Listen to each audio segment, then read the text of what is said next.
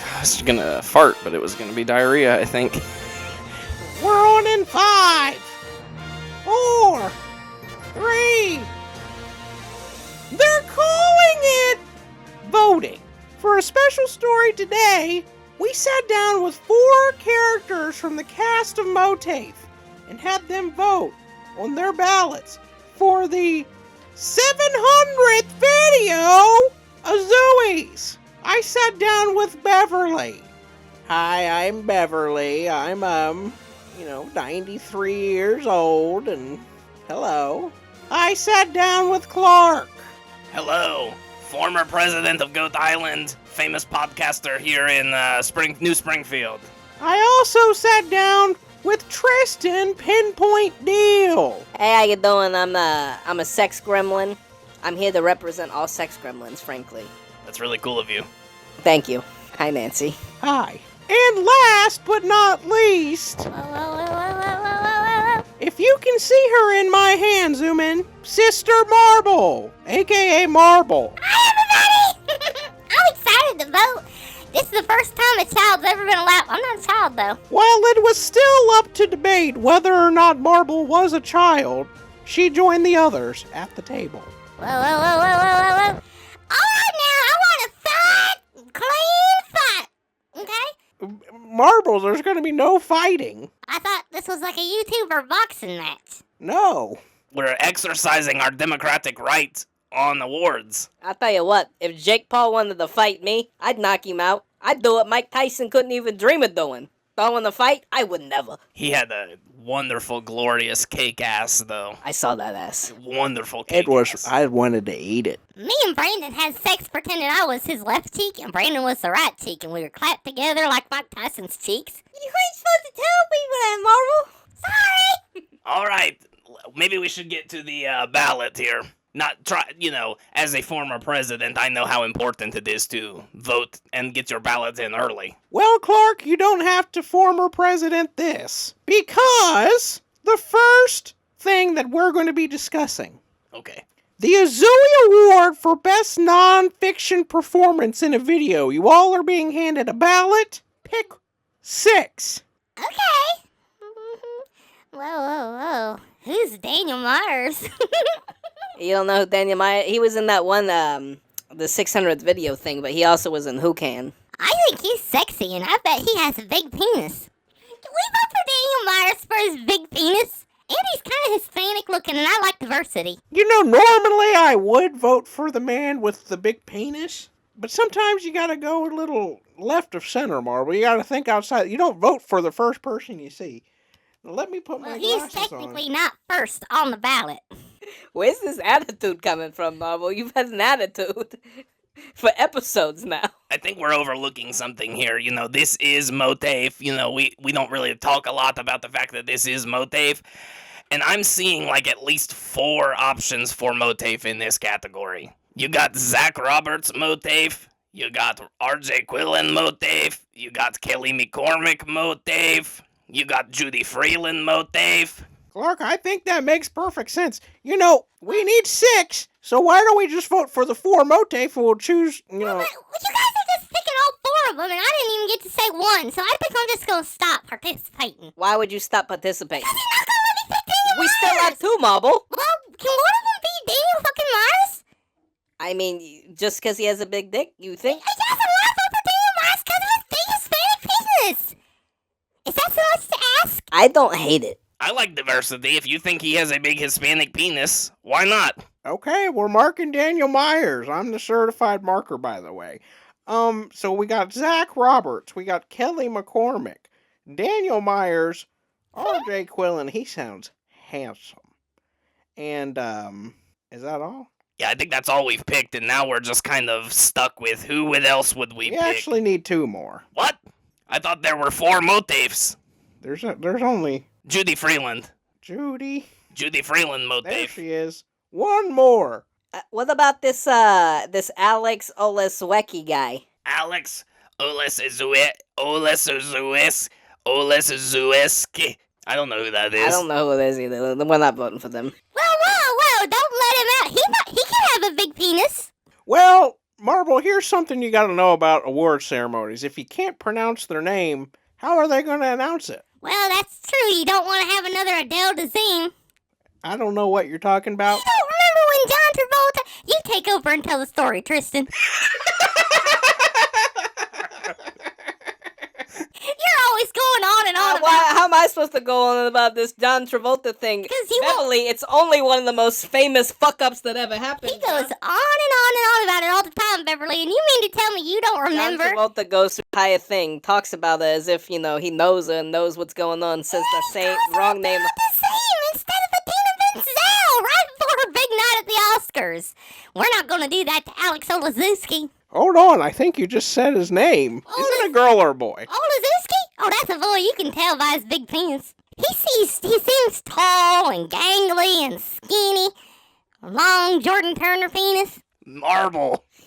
She's horny today. Why does it all have to be about penis? I like that, there's a wedding video. That's cute. Someone's wedding video. Well, I mean, it reminds me of the wedding I never had. Okay, so maybe we shouldn't talk about that one. What about Jonathan Young? What's this guy all about? I don't think that's a very big penis on that one. But, we do need some diversity in penis. I'd be okay with voting for him. I gotta be honest with you, I know we've already voted for them. I think Kelly McCormick might have the biggest penis out of all these people. Yeah, you're probably right on that one. She was intersex. And so, you get to choose. Here's what I'm thinking, and you might think I'm crazy for it. What about Zach Roberts for Big Ross and Bob Rossen too, traversing through time? I do like Bob Rossing. And I do know Zach Roberts, so, I've at least have heard of him. I understand who that might be. Let's do it. Let's do that one. Okay, well, that's all 6, Nancy. What now? Now, I know every time we lock in a category, we all have to speak in unison. What do we have to say? I lock this vote in. I lock this vote in. Every time you lock a vote in, the big man who knows all at the top of the tower chooses the next category that you vote from. They call it the Beast. Hello, Whoa! That's a big man you just brought out. I'm a genius. What are we voting on next, the Beast? You will be voting on the Azooie Award for Best Quote. Oh! Okay. That guy, what do you think about the penis on him, Marble? It's tiny. Oh, it's definitely tiny, covered by layers and layers of skin and overhanging fat tummy. Okay. I'm not gonna say nothing about this one, but there's something in this We're one. gonna vote for you, don't worry. Whoa, whoa, whoa, whoa, whoa, whoa, whoa. That looks like the only one they even gave us an option for. Can you, do it again? What? Do your thing. What? Your signature thing. Well, it's just something I do. I don't really know how to do it. Roll around then. Okay. Wazza woolly, who is it, wazza? You guys are making me nervous. Like, now that I know it's something y'all like, I don't know how to do it. Wazza, wazza, wazza, wazza, wazza, wazza, wazza, wazza, wazza. If you can't do it, we're taking it off. No. You're making me think about it. You're making me nervous. Just come back to it. Just leave it marked. Leave it marked. Leave it marked. We're leaving it marked. I got to be honest, I don't know what any of these other ones could possibly be. You really don't? I have a quote in this, Clark. You forget? Do you really? Yes! Where? Where I said, signed, my mom stapled my hole shut. Did you forget about it? I didn't forget about it, Beverly. I love that line. That's one of my favorite in the whole movie. It is a good line. It is a good line. But, you also have Dear Traffic Cop. So actually, you're right. I was thinking there were no more MOATAIF quotes, but you are, If you don't vote for me, I swear to God I'm gonna come in there and I'm gonna rip your penis apart. Oh, that's right. You're Dear Traffic Cop. I'm Dear Traffic Cop. I forgot. Okay, it's been a long time. I only had one line in the movie. I don't know why the fuck it's accredited to some Brendan the Kaplan-y ass bitch. That's not who I am. We'll get that. If you win, we would make sure to get it the right one. Can the folks in the audience please refrain from talking? Fuck you, Nancy. I agree with that guy. I do think, yeah, So I we're forgot going- that these other ones were in here, so yeah, I think we should vote for Marble, whoa, whoa, whoa, whoa, whoa, and then Dear Traffic Cop and My Mom Stapled My Hole Shut. Only 3? Alright, we're locking it in. Make sure we all say it. I lock in this vote. I love doing this. We should do that at all polls. Okay, get the beast back out. I've been here the whole time. Oh, you heard all that stuff about your penis? And of course I did, and it's true. All of the size in my body. Whoa, whoa, whoa, whoa, whoa, whoa, whoa. I knew your penis was small. See, guys, I did it. I wasn't thinking about it. I did it. If I think about it, it's Wazalooza. Marble, after this, could you please sign an autograph for me, please? Of course, Beast. Will you sign an autograph for me? For me? Yeah, I love the chase. Nobody's ever asked me to do that. That's so kind of you. Yeah, I bet they usually see that beautiful blonde woman who hosted the show, and they really would have rather asked for her. I tried to hit it one day, and I couldn't get past the cheeks. There would never be any chance for you to do that. I don't even believe she gave you the opportunity, She Beast. loved my big brain. Do the scramble. Yeah, that's true. In the chase, she was always getting horny every time he answered a question. She thought he was so marvelous. Okay, I guess I don't know what I'm talking about. Do the ballot scramble. What's next? Alright, now we're going to do the Azooie Award for Best Original Character. Whoa! We got a lot on here. I am not voting for Big Red. You're not? Well, I don't want to. He's killed so many. He's on here. Tristan Pinpoint Deal! I'm on here? Yeah, you are. Well, Tristan, we gotta look at everything else. Really? Clock, do you have any objection to this? Well, I mean, we do need to see what everybody's on the ballot. Oh, you know, okay, before so you're we gonna choose. vote for System Marble before you vote for me. No, we can put. Well, go ahead we and have 6 people we can vote for. Yeah, go ahead and mark Tristan. Thank you. Well, if you can mark Tristan, you're on Mark Sister Marvel, right? Well, Sister Marble, okay. And of course, we're gonna vote for me. Well, we have to vote for Beverly, of We're course. gonna vote for me. And And- I guess Big Red, I mean, we have to give MOATAIF love. Gotta give MOATAIF some love. And you know, Big Red, he's a tragic character. People don't understand him like we do. No, they don't. Oh, the princess! Oh, well, of course she's gotta be on It's there. time to vote for the princess. The picture they have for her is so fugly. Beverly's actually the one that gets to be the official ballot filler, but I love the princess so much. Can I fill it in? Well, sure, come over here and, tap down on that computer screen. Get on my trackpad. Yep. And just bounce.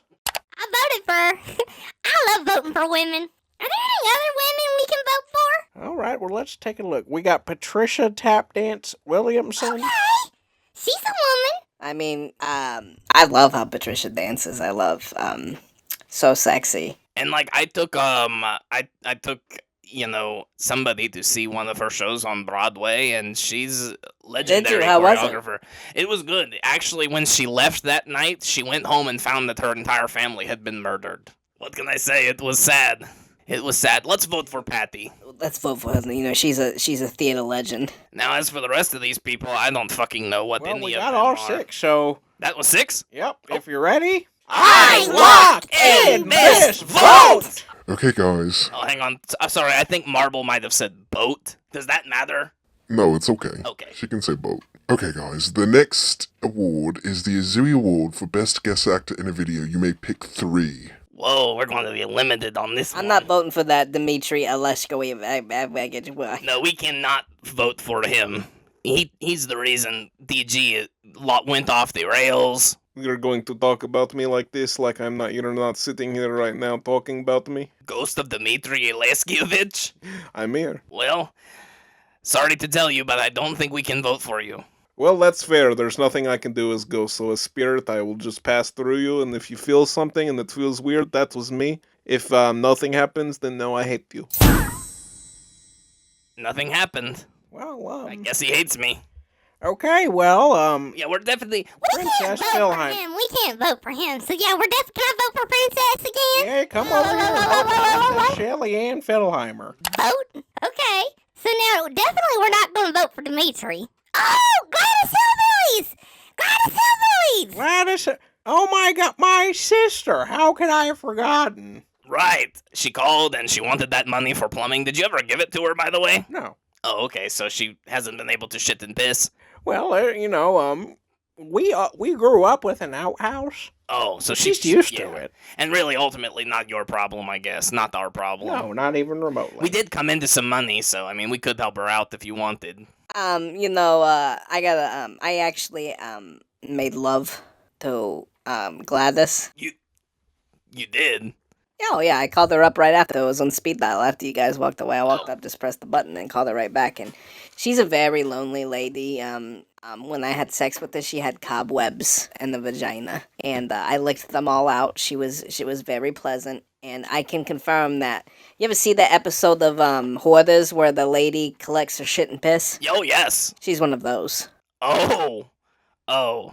Well, do you really want to support that? Yeah, I do. I think you should support somebody who keeps their shit and piss inside their house. Seems reasonable to me. I mean, why get rid of it? So who's the last one? Well, we got I mean, Sister Marble, do you want to vote for more women? Or. I don't know, but women, dick size, whatever. anybody here look like they got a big dick? What about Rena Redmond for the Big Mama gag reel? I don't know, because all of her clips are silent. Well, You that's ba- true. you They're hard barely to hear hear. They are hard Very to hard to hear. hear, and every time I listen to it, it's... Oh, look at Eustace, though. Eustace, He looks absolutely stoned to the gills in that. Are you saying we shouldn't support marijuana? No, I'm saying he looks stoned. He looks like he's having a good time on some goat weed. I like dinner. There's this fateful dinner. Fateful dinner. Rena Redmond, Oh, the fateful dinner. you know, she looks very nice, and I could vote for her. She does look, and you know what? She almost reminds me of the princess. You know, she kind of does me too. Let's vote for Brina Redmond, the princess. Bring the Redmond is... I love love this vote! That's 4 votes for you. Okay, all. The Azooie Award for Best Supporting Actor in a Video. You may pick 3.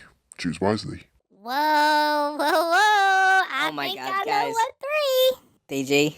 Oh, yeah, we have to honor DG. May he rest in If peace. he wins, though, I get to keep his award at my house. I think that's fair. You guys were close. Well, I don't have anything against that. Well, okay, we can vote for DG, and, Tristan, you're playing it really cool being in this category and not even saying it. So I know I am. I just hope you all know I what the would right vote thing for- to do is. I would vote for Tristan if Tristan would vote for Sister Marvel. I'd vote for Sister I'd Marble. vote for Tristan. all right, we got Sister Marble, Tristan, and DG. Easy one. That's easy. Easy peasy. We I lock am in going to 6 more votes. I'm locking in the vote.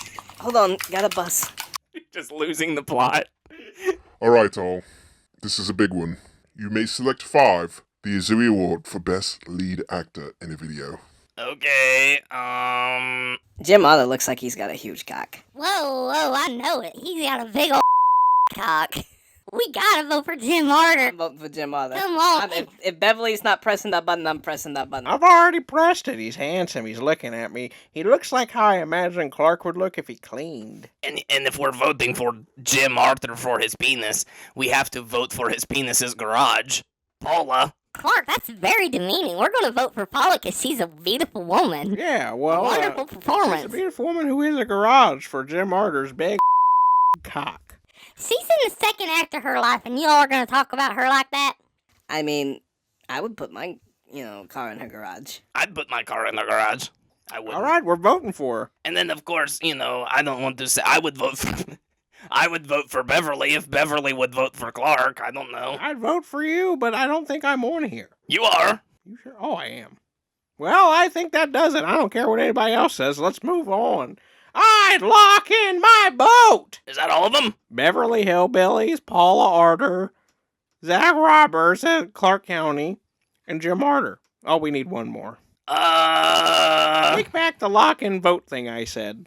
Fateful dinner! There's more fateful dinner! Hold on, but I'm looking right here. What about this Miranda Redmond again? Whoa. Haley Schnitz. Rena Redmond. I like Haley Schnitz. That was a good movie. Well, you're missing the point here. We're trying to vote for women. We already voted for Brianna Redmond. Okay. So why don't we just vote for the Fateful Dinner again? Taylor Nelson. She seems like a... Fateful dinner! Huh? Fateful dinner! Is that one of your favorites, Marble? I've never seen it. I just like food. Well, I mean, I'm hungry right now. I'd vote for the Fateful Dinner. Let's do it. Lily Freeman. I vote in locked. this Lock in this vote. vote. Alright, all, we're Whoa. getting very close to the end. You may select 3 Azooie Award for Best Guest Actor in a Film. Whoa. Okay. Cayman Side's definitely got a nice cock. Oh yeah, he has. You to. can tell the He way has he's to. motioning that, like he's fingering, Yes. that he knows what he's doing. I do that thing all the time. Let's vote for Came inside, and he's gonna come inside me. He better not, Marvel. I thought we was monogamy. It was a joke. I ain't trying to start no polycule. You've been talking this whole time while everybody's cocks in there, how big they are, and you keep me in a cage. It's out of curiosity. Can I have the key to my cage? Tomorrow. But Tomorrow. I think, I don't know. I think it's cool that Mr. Hackett only appeared on the phone. I think it's pretty cool, too. Very experimental to include him in a nomination list. And especially because he wasn't even there. Yeah, so let's include him. Whoa, we gotta vote for Taylor Nelson for bartender, because I like drinking, and she likes drinking, and she likes serving them. I like drinking anybody I can get them from. I get them from her. Can we vote for William George Hall? Well, we got one more, Marble. How many do you want to vote for? Well, that's the last, that'll be the last one. Well, you just said you wanted Taylor Nelson. Zach Roberts, Taylor Nelson, and William George Hall. I thought we were voting for Cayman Side. Oh, I forgot. I forgot about Cayman Side, so we got Cayman Side, Taylor Nelson, Mr. Hackett. I love my him. vote. Man, that vote! Okay, yeah. I don't know who told you all that you have to do that. I do enjoy hearing it, but you don't have to do it. Beverly didn't do one. Mr. Beast, I know you're busy all the time doing awards, so, you're giving shit out and everything, but I lock in this vote! Supporting actor in the film. That's my job. Best Supporting Actor in a Film, you may pick 2. I don't like going to the doctor. I don't like going to the doctor either. I'm sorry. Who likes going to the doctor, getting the, well, I like, Dr. Xavier wasn't too bad. I don't like when you go to the doctor and they give you all sorts of medicines and they feel you all over and they try to buff you out and they put you up stuff and they roll you around and I don't like it. Put you in a little rock tumbler, get you polished. I think we should vote for Jake Ellis. Jake Ellis, he needs help. He needs help. He needs help. He's a hospital patient. He needs help. He He's needs a all the character. support He's we can not- get. Well, I mean, that's fair. I mean, we can both. He does need support. Well, okay, we'll support the boys in white and blue. But what about supporting the man who helps the man in white and blue? The man also in white and blue. John Schaefer? Well, he's in black and blue, but Who else are you thinking? white and black I can't see very well. What are you talking about, Roll Benton, doctor? The physician's assistant. Oh, he's gonna try to take my rectal temperature. That's true.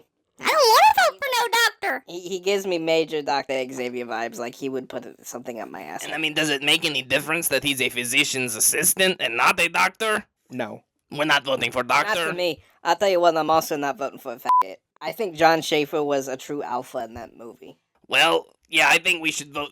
Tristan and I want to vote for John Schaefer, so we're going to call this one, okay, guys? We lock in the male The vote! vote. The males. I lock in that vote too. Well, I'm locking in this vote. Next one, just go ahead and skip it.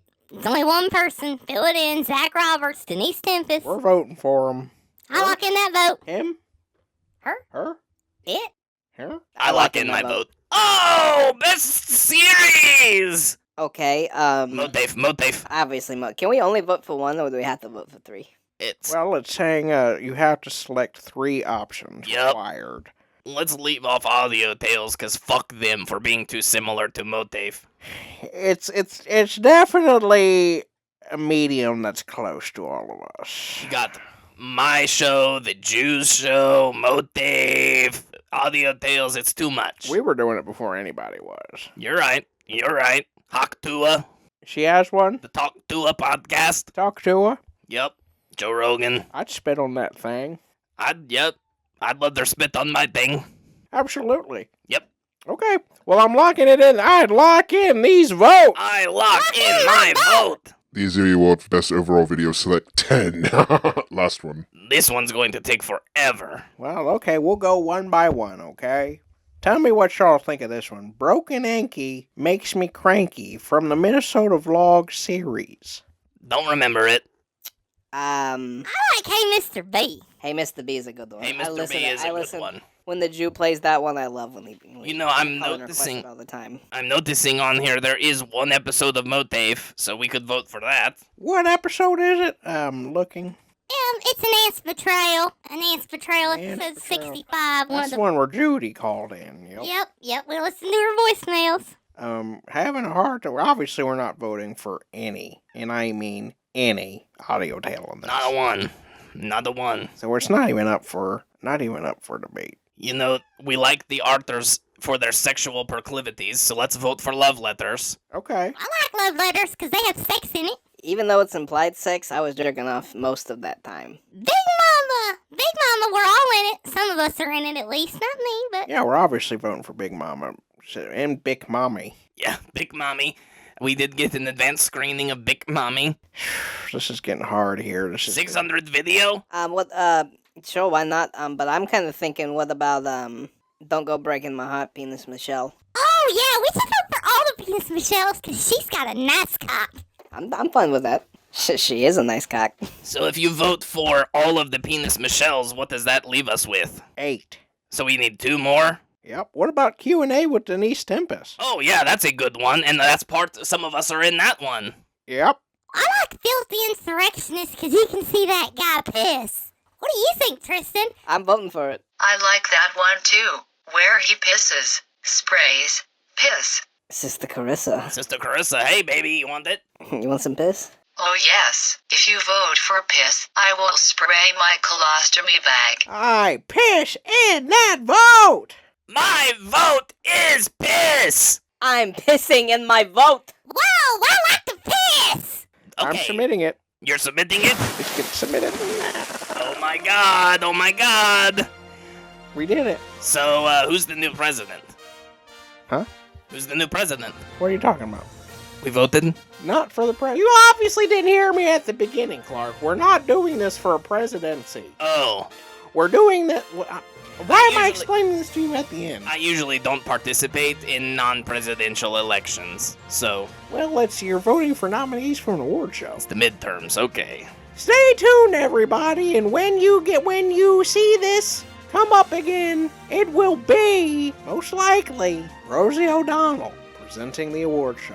Brought to you by NBC. Hello and welcome to MOATAIF, folks. We're back. Welcome to 2025. You know, it hasn't set in for me yet. It is I know. 2025. It's crazy that it is. And of course, in the improv that the listeners just listened to, the Azooies are coming back in 2025. Yep. It's exciting development, working on that. Crazy, though, that as soon as we post Big Mommy, there is only one more video between then and March 15th when we record the 700th video. So I've locked myself into a very constrict schedule. Yeah, but then you could just stockpile shit and just drop it. Yeah, it's true. Drop. It's true. Right It's after. true. And I mean, ultimately, it would just be vlogs. could do I it- can't imagine that there's You could drop a anything vlog else. like it's a Netflix season. Right. Right. Just drop like 6 vlogs at once. Yeah.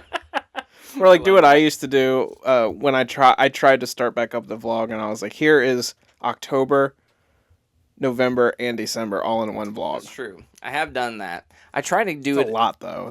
I try to do it at least every month. I try to have like enough footage and do it every month, but it doesn't usually work that. It doesn't always work out that way. Yeah. I just I never feel like I'm doing anything remotely interesting enough to even warrant a vlog. And even the things I'm doing that are mundane, even if I got a cool shot of it, I'm like, I'm doing this, like, this is what I'll be doing tomorrow too. Am I just going to get a different shot of me doing Right. the same exact thing? That's why daily vlogging was really hard for me, especially the first time I did it, which I think was inspired by you, when I was in the Assurant era. And it was hard because I'm like, well, every day I'm just processing data. Yeah, but I don't know. It's, know? it's weird because I remember those vlogs. I'm like, those were great. Right. But like, I guess it's like if you're doing it every single day. hmm But I don't know what it would be like. Here's me playing guitar for 3 hours. Well, right. You know. How much? I try to do like. Here's me driving to work. Here's me driving back. That's why I try to do like I do try to get random clips of stuff like that, but And then it's, that's why, like, for me, the monthly schedule kind of works better for me, because then I can just kind of cut between a whole bunch of random shit and be like, well, that was the whole month of December. I kind of had an idea of doing a vlog, an experimental vlog, where I record and edit the vlog, but then it's just a commentary over the vlog. Where I'm like, in this vlog, I love that. here you'll see me going to work. I love that. And then there is, it's over footage of you, like, talking to the camera, or is it, like, documentary style footage? Not sure. Not sure. It would be because funny. we've always had the idea of, like, making a whole video, but releasing the video, our reaction to the video as the video. Right. So the only version of the video that exists is, like, tiny in the corner. Right, we're just like, what's going on, guys? We're going to be reacting, and then occasionally, like, you ever watch react content? Sometimes, I mean, it's the worst content. It is, but... yeah, it's horrible. But they'll, like, pause the video, like, we just had to talk about that. Right. Because they have to pause it every, like, 10 second. There's some amount of time where it stops becoming, like, where it constitutes as fair use. Oh. Because they're basically just showing other people's content Right. with them in the corner. So, like, they have to figure out how to make money off of it. That's crazy. So, like, with every 10 second or whatever the time limit is, they have to stop it, but then they can start it again? Yeah, because their commentary makes it their own spin on the thing. Gotcha. It's how the news gets away with it. Workaround. Oh, yeah. Like, notice any React content you watch from now on does it. So, like, maybe I'll, like, pause it and be like, guys, that day was really something. Well, and that happened, something like that happened to me, too, with, like, learning the, whatever you want to call it, the metric of that. Rhett and Link talked about it on an episode of Ear Biscuits, that in order to have a video on Facebook at least at the time, in order to have a video on Facebook get monetized, it had to be at least 3 minutes in length. And he's like, so that's why you'll see a lot of videos that could be a 30-second clip, but then they drag it out, because it's like, I'm gonna prank my husband, and it's like, okay, so, like, let's see the prank, and it's like, so first I had to, prank. exactly, Yeah. so I had I hate that. It's like and then I'm filling up these water balloons, and they literally fill up every single one. It's like when you go to, how to. This affected me recently. How to set up your drone, and then you go to it. What are the history of drones? Right. It doesn't start with how to do it. Like drones, the word drone. It'll, like, go into the etymology of the word. And, like, at Just least to pad it out, right? And at least Rhett and Link were like, we don't like that. They're like, sometimes we'll, like, take 3 minutes out of our video and, like, post that, but at least that seems more natural than, making a video that it could be less than 3 minutes and making it 3 minutes. Yeah. Why are we? Reels shouldn't be monetized. Reels should draw traffic to your YouTube. Yeah, That's how I would see it. And yet that's just not. That's not what it is these days. No, I was YouTube's thinking, dead. because I was thinking, like, we should start taking clips from our YouTube and the movie and shit. Let's just take a clip and put it on. Cause, Yeah. Oh yeah. I Do agree. you ever, like, scroll on, like, Reels and stuff like that, and you're like, what is this? What is this from? You look it up. That's, like, the I Think You Should Leave show with Tim Robinson. That's how everybody found that show. Spoiler alert. Oh. Speaking of spoilers, we are here. This is, I think, the fourth time I've done this. Could it be? I think the first one was 2021, 2020. Yeah, this will be the fourth one. I remember the first one we did the first, like, one or two in Columbus, I think. Yeah, I mean, I think I was in Georgia. Yeah. No, the first one we did, I remember doing it in my apartment. So the first one might have been Columbus, second one in Georgia. These last two have been here. Yeah, I guess so. It's a tradition, folks. The journal. This has probably been the year that I journaled the least. Said that last year. That's true. But I did continue the trend of the content logs. So there is still some a lot of data to go through here. So this is the 2024 journal data brought to you by Moleskine. Letterboxd and Spotify Wrapped with some Chat GPT generated images too. So feel free to follow the link in the description and go to YouTube. Shout out to Chat follow GPT. along. Hold on, before we get started, I think we got a MOATAIF honors in order. Who was it? Who? Jimmy Carter. Oh, of course, Jimmy Carter, President Carter, MOATAIF honors.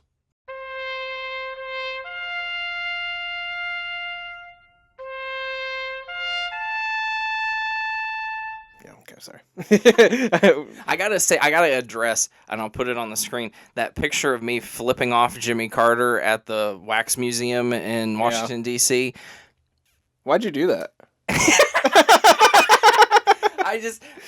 At that point, I had just learned about Ted Kennedy and his run for president in 1980, and I was radicalized that somebody who was seen as more of a centrist Democrat did not yield to the more liberal Democrats. Oh, okay. And then we lost terribly to Ronald Reagan. So that was why I was flipping him off. I do take it back. I do take it back. But I do think, historically speaking, we may have been in a different situation had Jimmy Carter stepped down.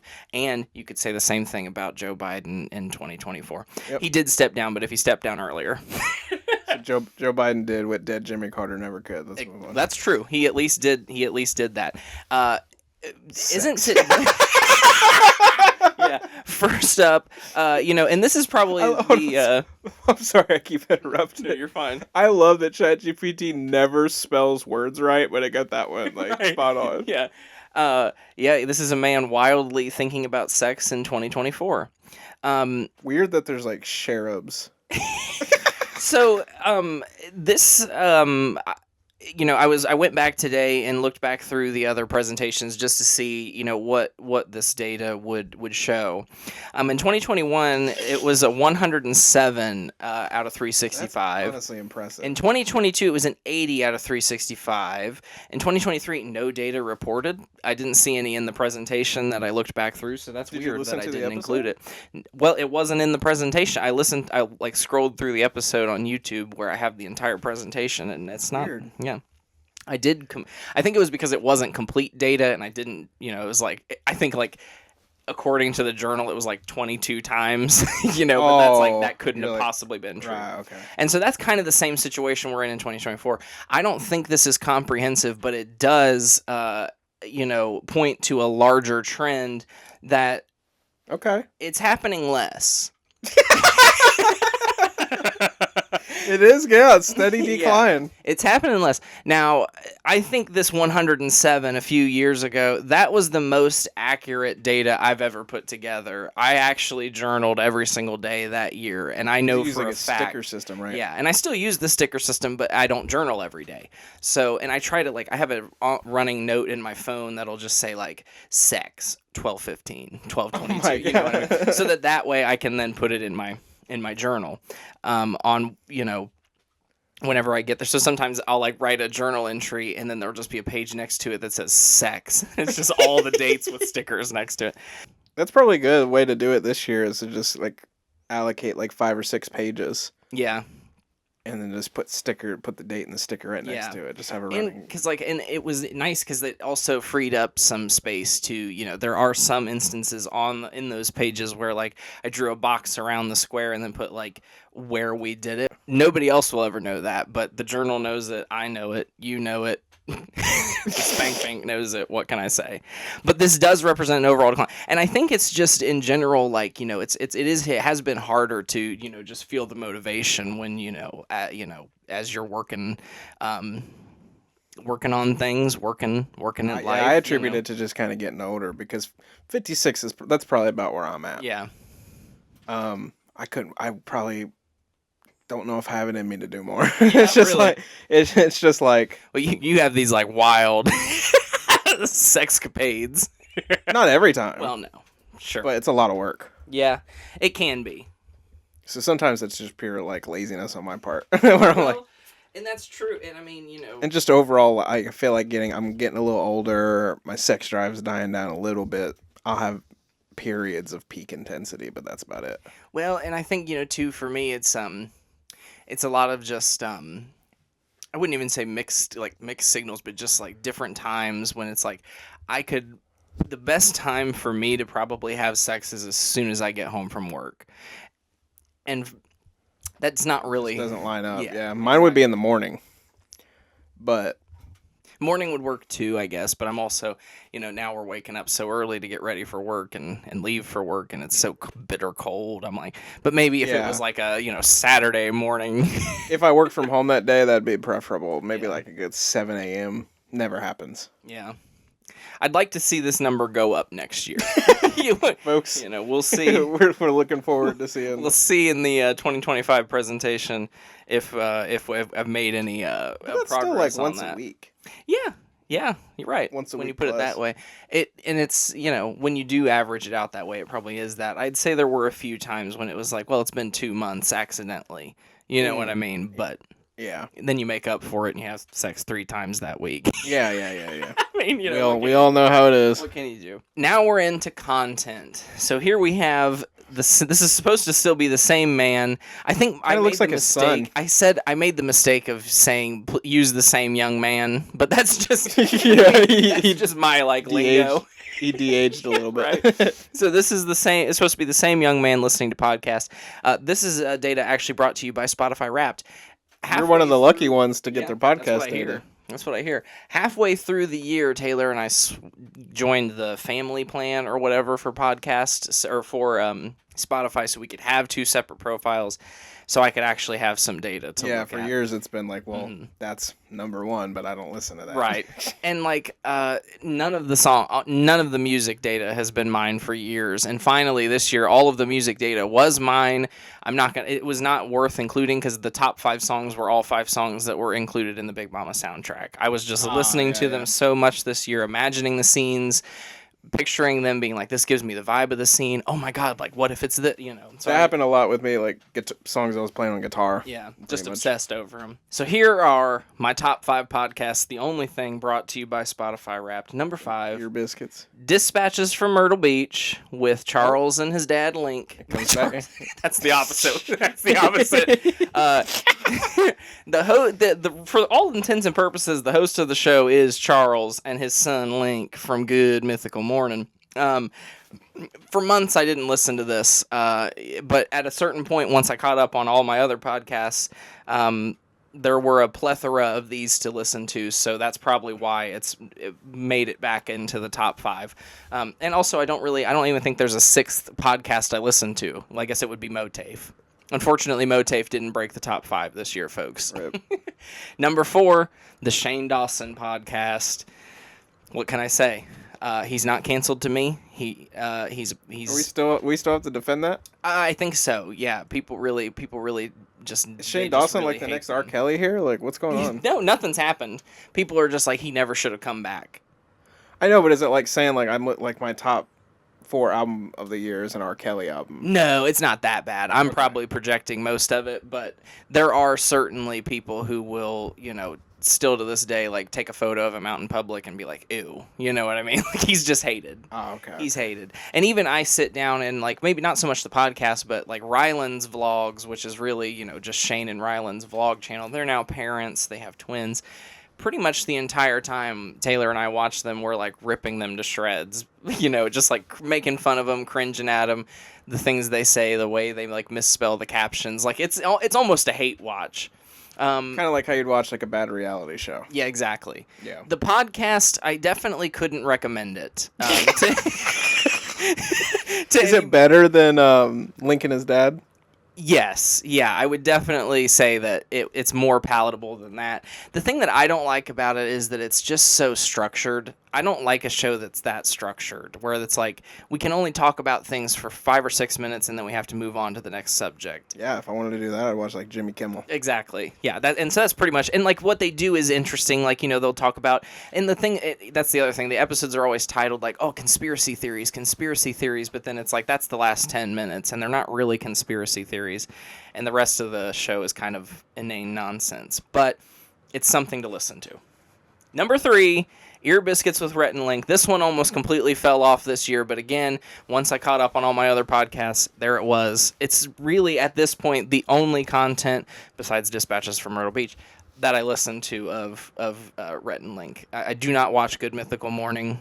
It completely fell off this year, and I don't see it ever coming back. Last 5 years. Well, I'm saying it completely fell off for me. There Oh, was a time I thought you were like, last man, year- they really went downhill with the show it's in been 2024. terrible. No, it's been terrible for years. It's been terrible for years. Hence that line, Rhett and Link should stop making Willet. Are they still doing it? Yes, yeah. Yeah, they're still doing it. But like there was a time when Royal and I, when we were like looking for content, that we would just like go into a classroom and watch Good Mythical Morning because it was quick and easy and, you know, it was something to watch. We don't do that anymore. Not one time have we clicked on it. We don't watch it. I can't What do you say watch that now? he does at home, but I do not watch it at work or at home. We have now started watching, there was a time that we watched Big Daddy Riding Dirty. Okay.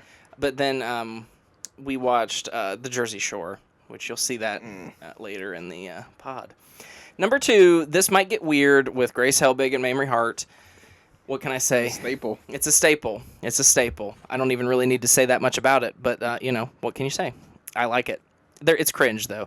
But number 1, now this is kind of shocking. Random. Reads I remember Reddit you telling me stories. about this, but I didn't know this was... This has become my favorite podcast. I can't even really understand why, but it was about this time last year. Well, I mean, I guess it was earlier in December of 2023 when I discovered the podcast. I was driving to your house in the middle of that snowstorm.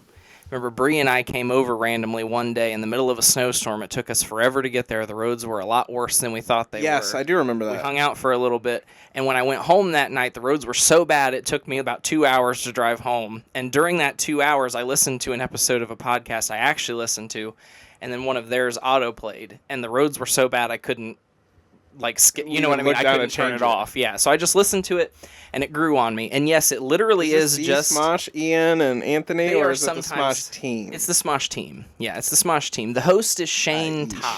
Top, who's The little nobody. gay boy? No, I wish.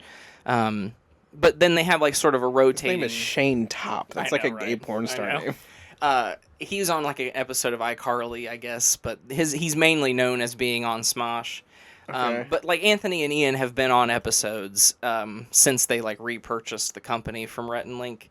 They have appeared in Yeah. episodes, but it's more of like an alternating cast. But I like Okay. Shane. I think he's a good host. But what truly, I mean, all they do is read and comment on Reddit stories. Mainly, am I the asshole?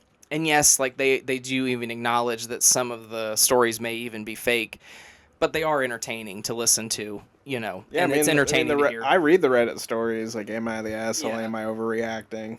Yeah. It'd be nice to not have to read them. Right, exactly. And they provide interesting commentary. Sometimes Taylor has listened to the episodes with me, and she doesn't think they're I'm terrible. I'm so, I thinking, mean, like, have you seen Smosh's new content, though, since Anthony and Ian bought it back? not really, but It's I mean, really, really, really bad. is it? Yeah, like, makes me want to throw up. Ah, Type bad. yeah. It's Just like beating, like really trying to get that old magic back, and it's not working, or There's no magic whatsoever. They're trying to be edgy, but in a very PC way. so would you say? And I mean, I don't think you were really like watching Smosh when Rhett and Link owned it, but is it even worse than the content they were making with them? I would say yes, in the sense, like, I've seen it when they weren't there, but at least it was its own thing. Yeah. But now it's just like they're trying to like make it old stuff, but it's mainly new stuff because they're not really that funny anymore. Yeah. And yeah, A lot of what I see is just like them sitting around trying to come up with video ideas. That's what the videos are about. Like, what if we did this team?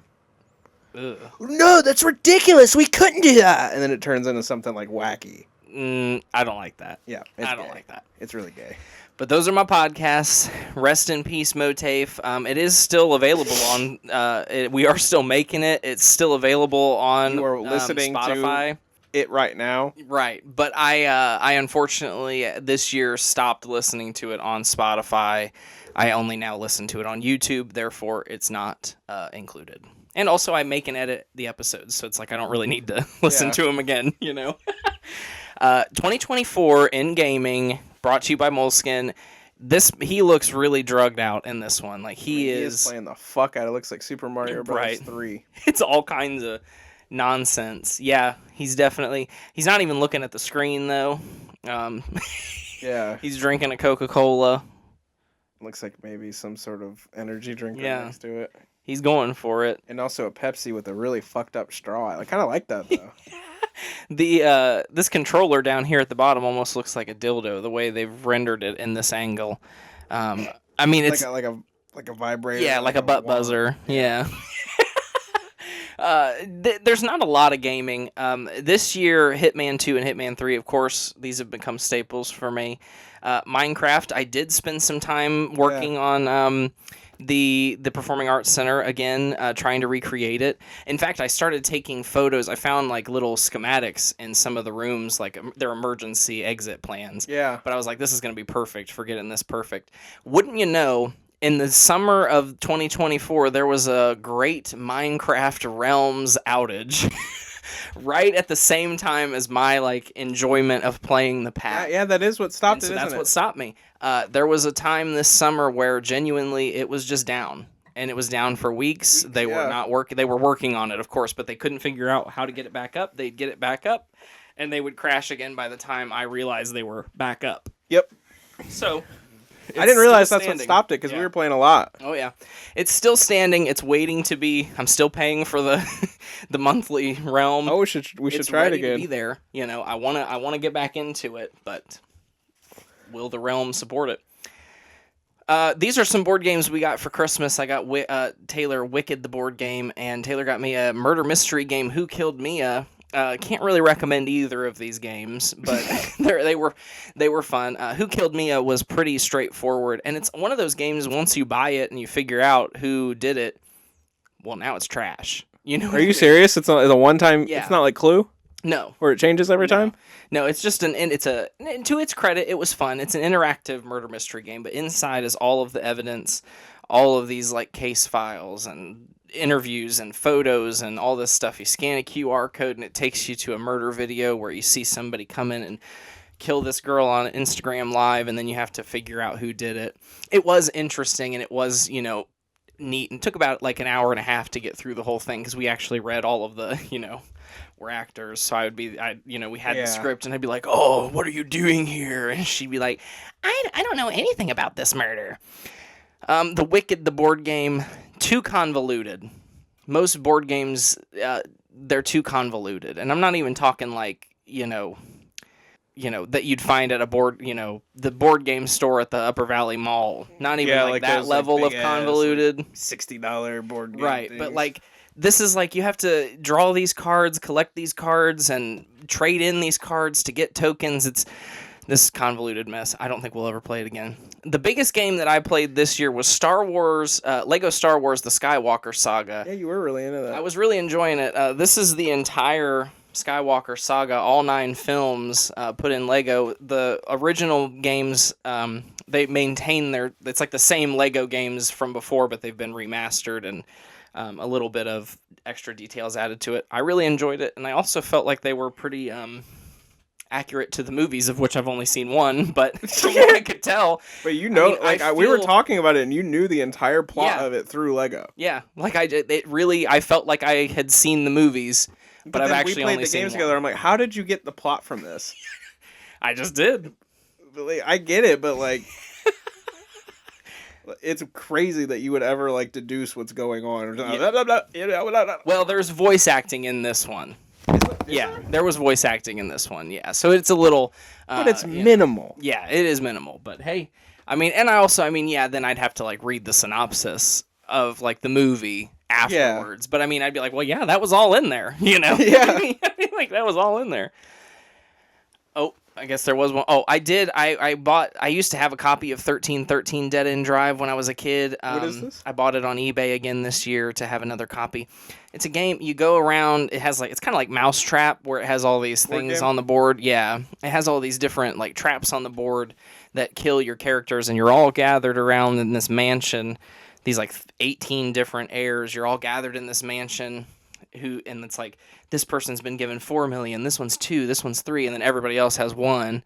And then as you kill more people, the money goes down the line, and then whoever gets out of the house with the most money wins. It's pretty cool, but it has like this really neat setup, a lot of physical pieces, and it's neat. On to books. This year, I became Kermit. This year was, slowly, I think one thing, if I've been having less sex over the years, I've been reading more books. Everybody knows blue balls equals bigger brain. Yeah, what can you say? This, honestly, this kind of looks like James Rolfe to me. Kind of does, yeah. Yeah, but James Rolfe is freaking out while he's reading. Let's do it. He's not watching movies. 2024 in books. Mr. Penumbra's 24-Hour Bookstore by Robin Sloan. This is a great book. A young man gets a job in a 24-hour bookstore that also holds the secret to like a mystical kind of Mason-like society or Illuminati kind of society. Of course, If I Did It, or really, I Did It by O.J. Simpson. Did you reread this, or you read it for the I'd first never time? read it. This was the first time I read it. Folks, he did it. I mean, He definitely did it. Yeah. He did it. I mean, that's all there is to it. I read this years ago. He absolutely did it. This is probably one of the most wild books I've ever read. Honestly, it was a bad book, but I did enjoy reading it and seeing what the hell he wrote. After reading Mr. Penumbra's, I immediately looked out and found more books by Robin Sloan. This is Sourdough. It has a whole subtitle there, but it's Sourdough. This is about a woman who essentially is gifted a sentient sourdough starter, and then kind of her adventures with that, making bread with it. Moonbound. This is Robin Sloan's newest novel. It came out in June. Read it. It's set like like a rip in the space-time fabric. Oh yeah, it's set like something like 15,000 years in the future. Cool. And all of society has been wiped out, and there's one young man who turns out to be human, and he has like it's really hard to explain, really convoluted, hard to wrap my head around at first. It's not that advanced of a sci-fi, but at the time, it was probably the most advanced sci-fi I have read that wasn't assigned to me in a class. Okay. But it was a little hard to wrap my head around just because it'd be like, okay, we're 20,000 years in the future. You know what I mean? Yeah. Once I wrap my head around, okay. Nothing is as we know it. Right. Shattered. Inside Hillary Clinton's doomed campaign. I thought this was a great time in the middle of a presidential election to finally go back and read. You know, my favorite book is Game Change of the 2008 election. Shattered is a great account of the 2016 election, and honestly, of course, these two people were with Hillary. They're Hillary biographers. They were with Hillary with the intention of writing the biography of how the first female president became the president. And instead, this is the book that happened, obviously. But they didn't know while they were writing the book, obviously, that they were writing a hit piece. So it comes across very sad. It is a very sad book. Or is it like self-aware that they know it's a hit piece and they don't want to be writing it like that? Yeah. Okay. Yeah, it's very, they in the intro, they're like, Are they real about it? Yeah. Or they're not like up her ass like, this was all because of Donald Trump. She did nothing wrong. No, this is it. They were they acknowledge very much that they're like, this campaign was run terribly. And it kind of shows from the beginning. It honestly, from the beginning of the book, shows that she was never going to win and probably could never win. Really fascinating read. Ooh, they also, I haven't read it yet, but they did write Lucky, How Joe Biden Barely Won the Presidency. In 2020? Yeah, that I would like to read. And yeah, isn't that a fucked up title? It's true, though. Right, and supposedly they have a book deal to write that it's coming out about the 2024 election. So I think since the folks from Game Change, I can't remember which one, I think it's John Heilemann, that was canceled for sexual proclivities. I think now that they've been canceled, what did he do? I don't even know. Texting people inappropriate things, using his power. So you like Louis C.K. type? Yeah, okay. He was Me Too'd. So I think now that since they're kind of canceled, these are sort of been the new anointed Game Change Jonathan Allen authors. and Amy Pernus. Yeah. Pernus. Yeah, they wrote, which I would never be interested in reading, they wrote a biography about Hillary Clinton, but I gotta tell you, I'm not interested in reading biographies. I only like autobiographies. Speaking of which, comedy, drama by Bob Odenkirk. It's exactly what you'd think. It's Bob Odenkirk's autobiography. In the Lives of Puppets by T.J. Klune. This is another sci-fi sort of novel set in the future of about a young man who finds out that he is human and has he is this is sort of a gay book. It's got gay themes. It's a faggot book. I would love this. He like revives an android. He has a bunch of like he's like a young scavenger who revives robots. He's got like a band of robot friends that he's had for a few years, and they come across an android in a heap and they revive him, but this android was actually designed to kill humans. But this now, because he's revived this one and he's like defective, they fall in love, they have faggot love, and he doesn't want to. Gay faggot love book? Yeah. It's interesting. I would recommend it. Okay. This is the Barefoot Contessa's memoir, Be Ready When the Luck Happens. Like I said, I love a memoir. I love Barefoot Contessa. This was a great read. The Dollar Gut Dream Department Store, The Dream You Ordered is Sold Out. This is a South Korean novel that has been translated to English. This is I really enjoyed this book. This is about a place in our collective subconscious that we all go to when we dream, wherein there is a store where you can buy dreams.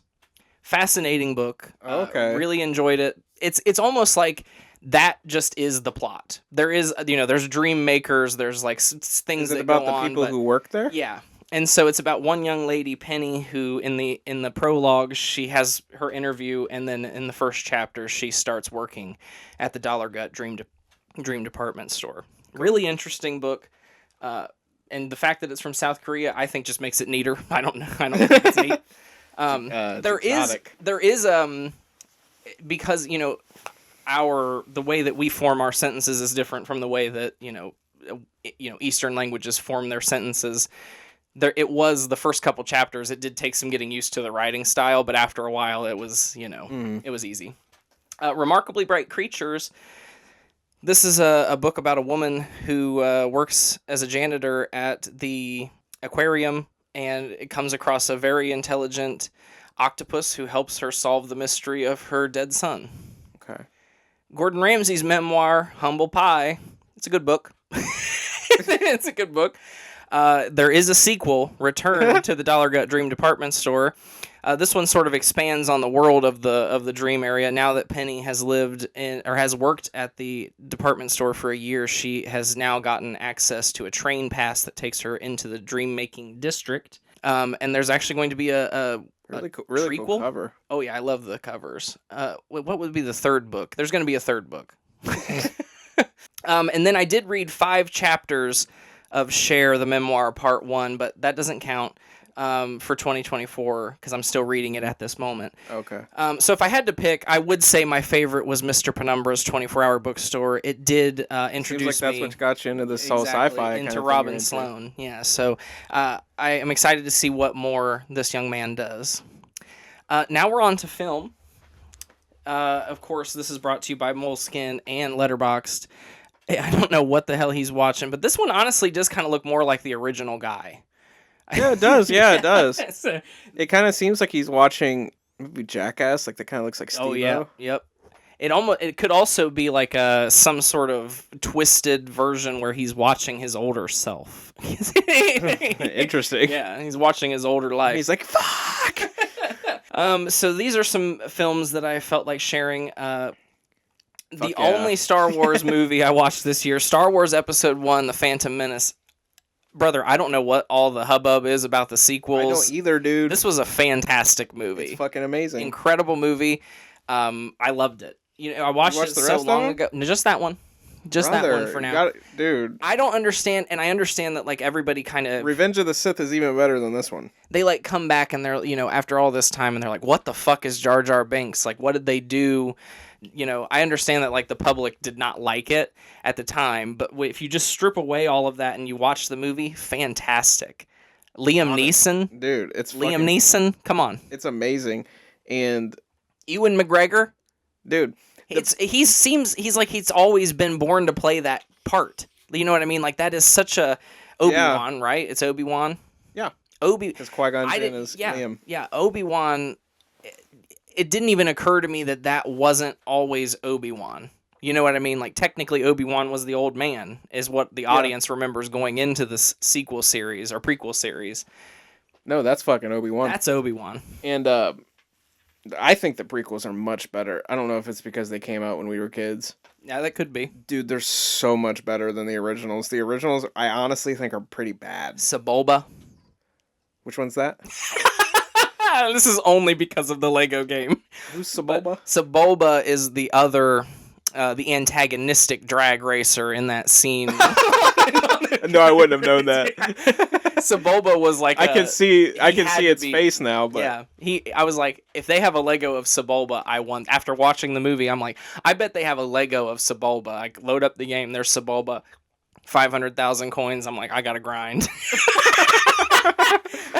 This was honestly a great movie. you gotta watch the next two. I want to. Honestly, it was so good. I really want to. And a lot of people also were talking about, like, I feel like they complain about the political aspect of it all. I think it's the best part. I thought it was great. I love it.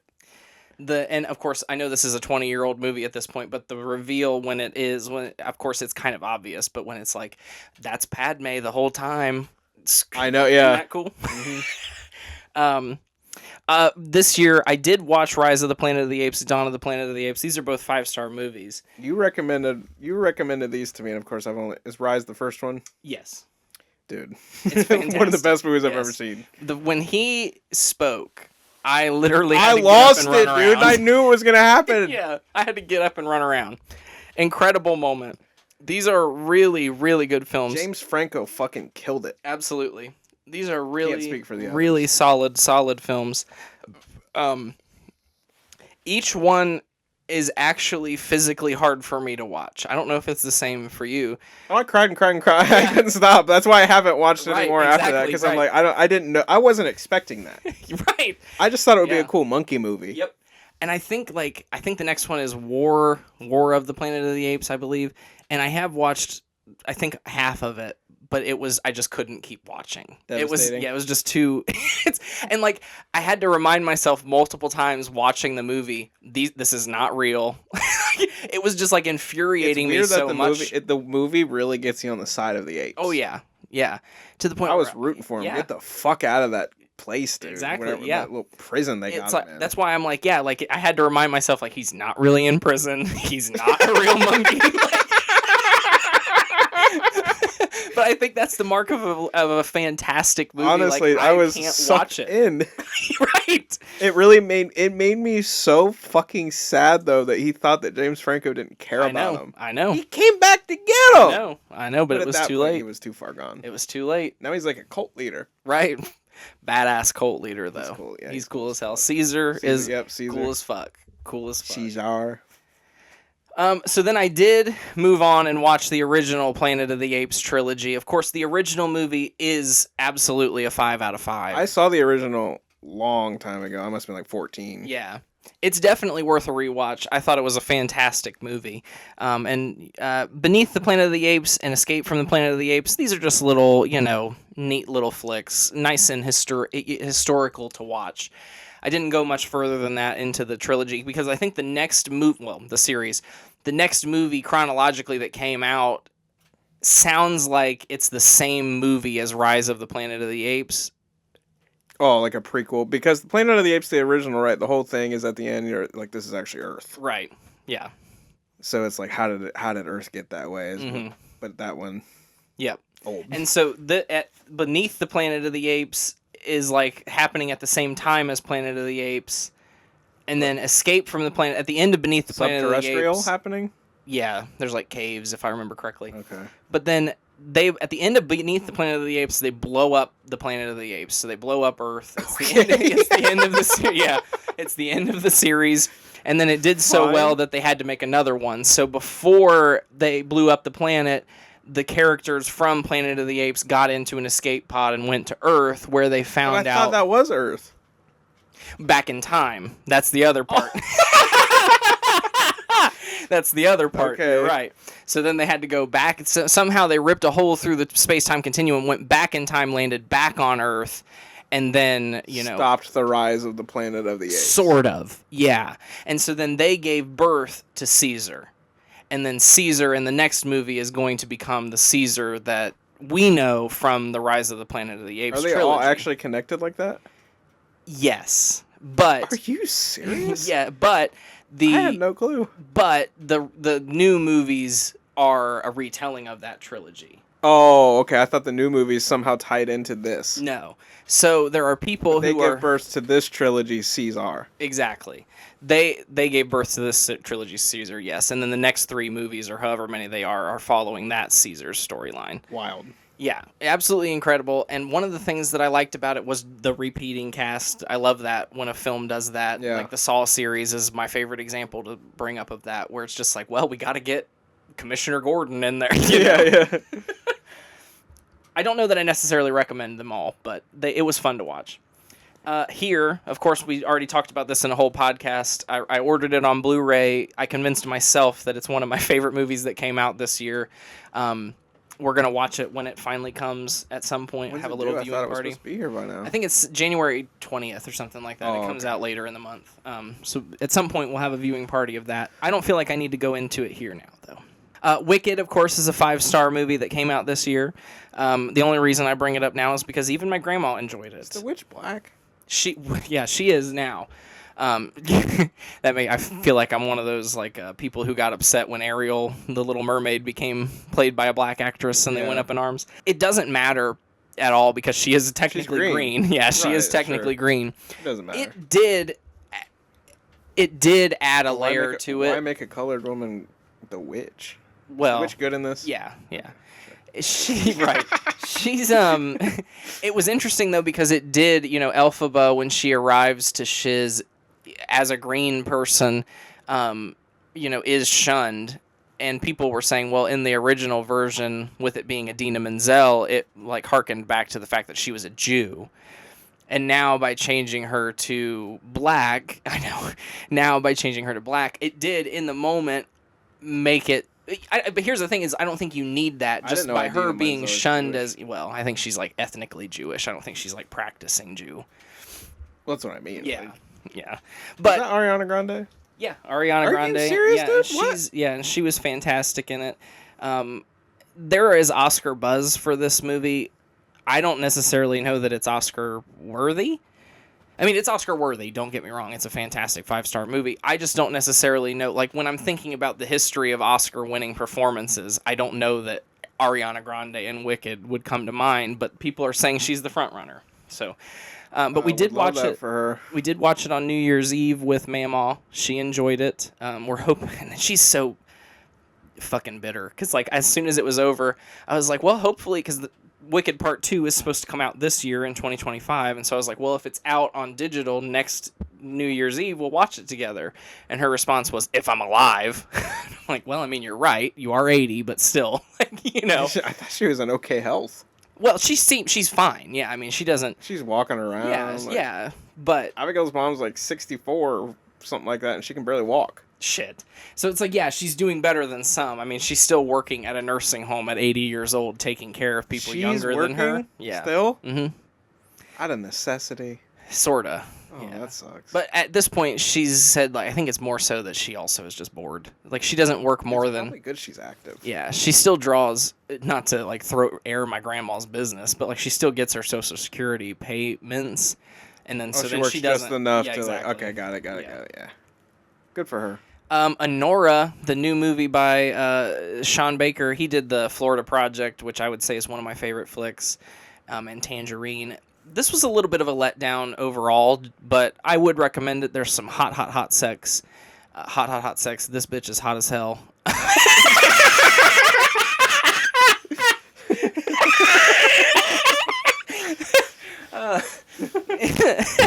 It's the movie is about a stripper who ends up meeting a young, unbeknownst to her, she ends up meeting a young Russian oligarch's son and marries him in Vegas one night. And then when the Russian oligarch finds out about it, he comes to America to, and so it's kind of this whole She fucking the oligarch?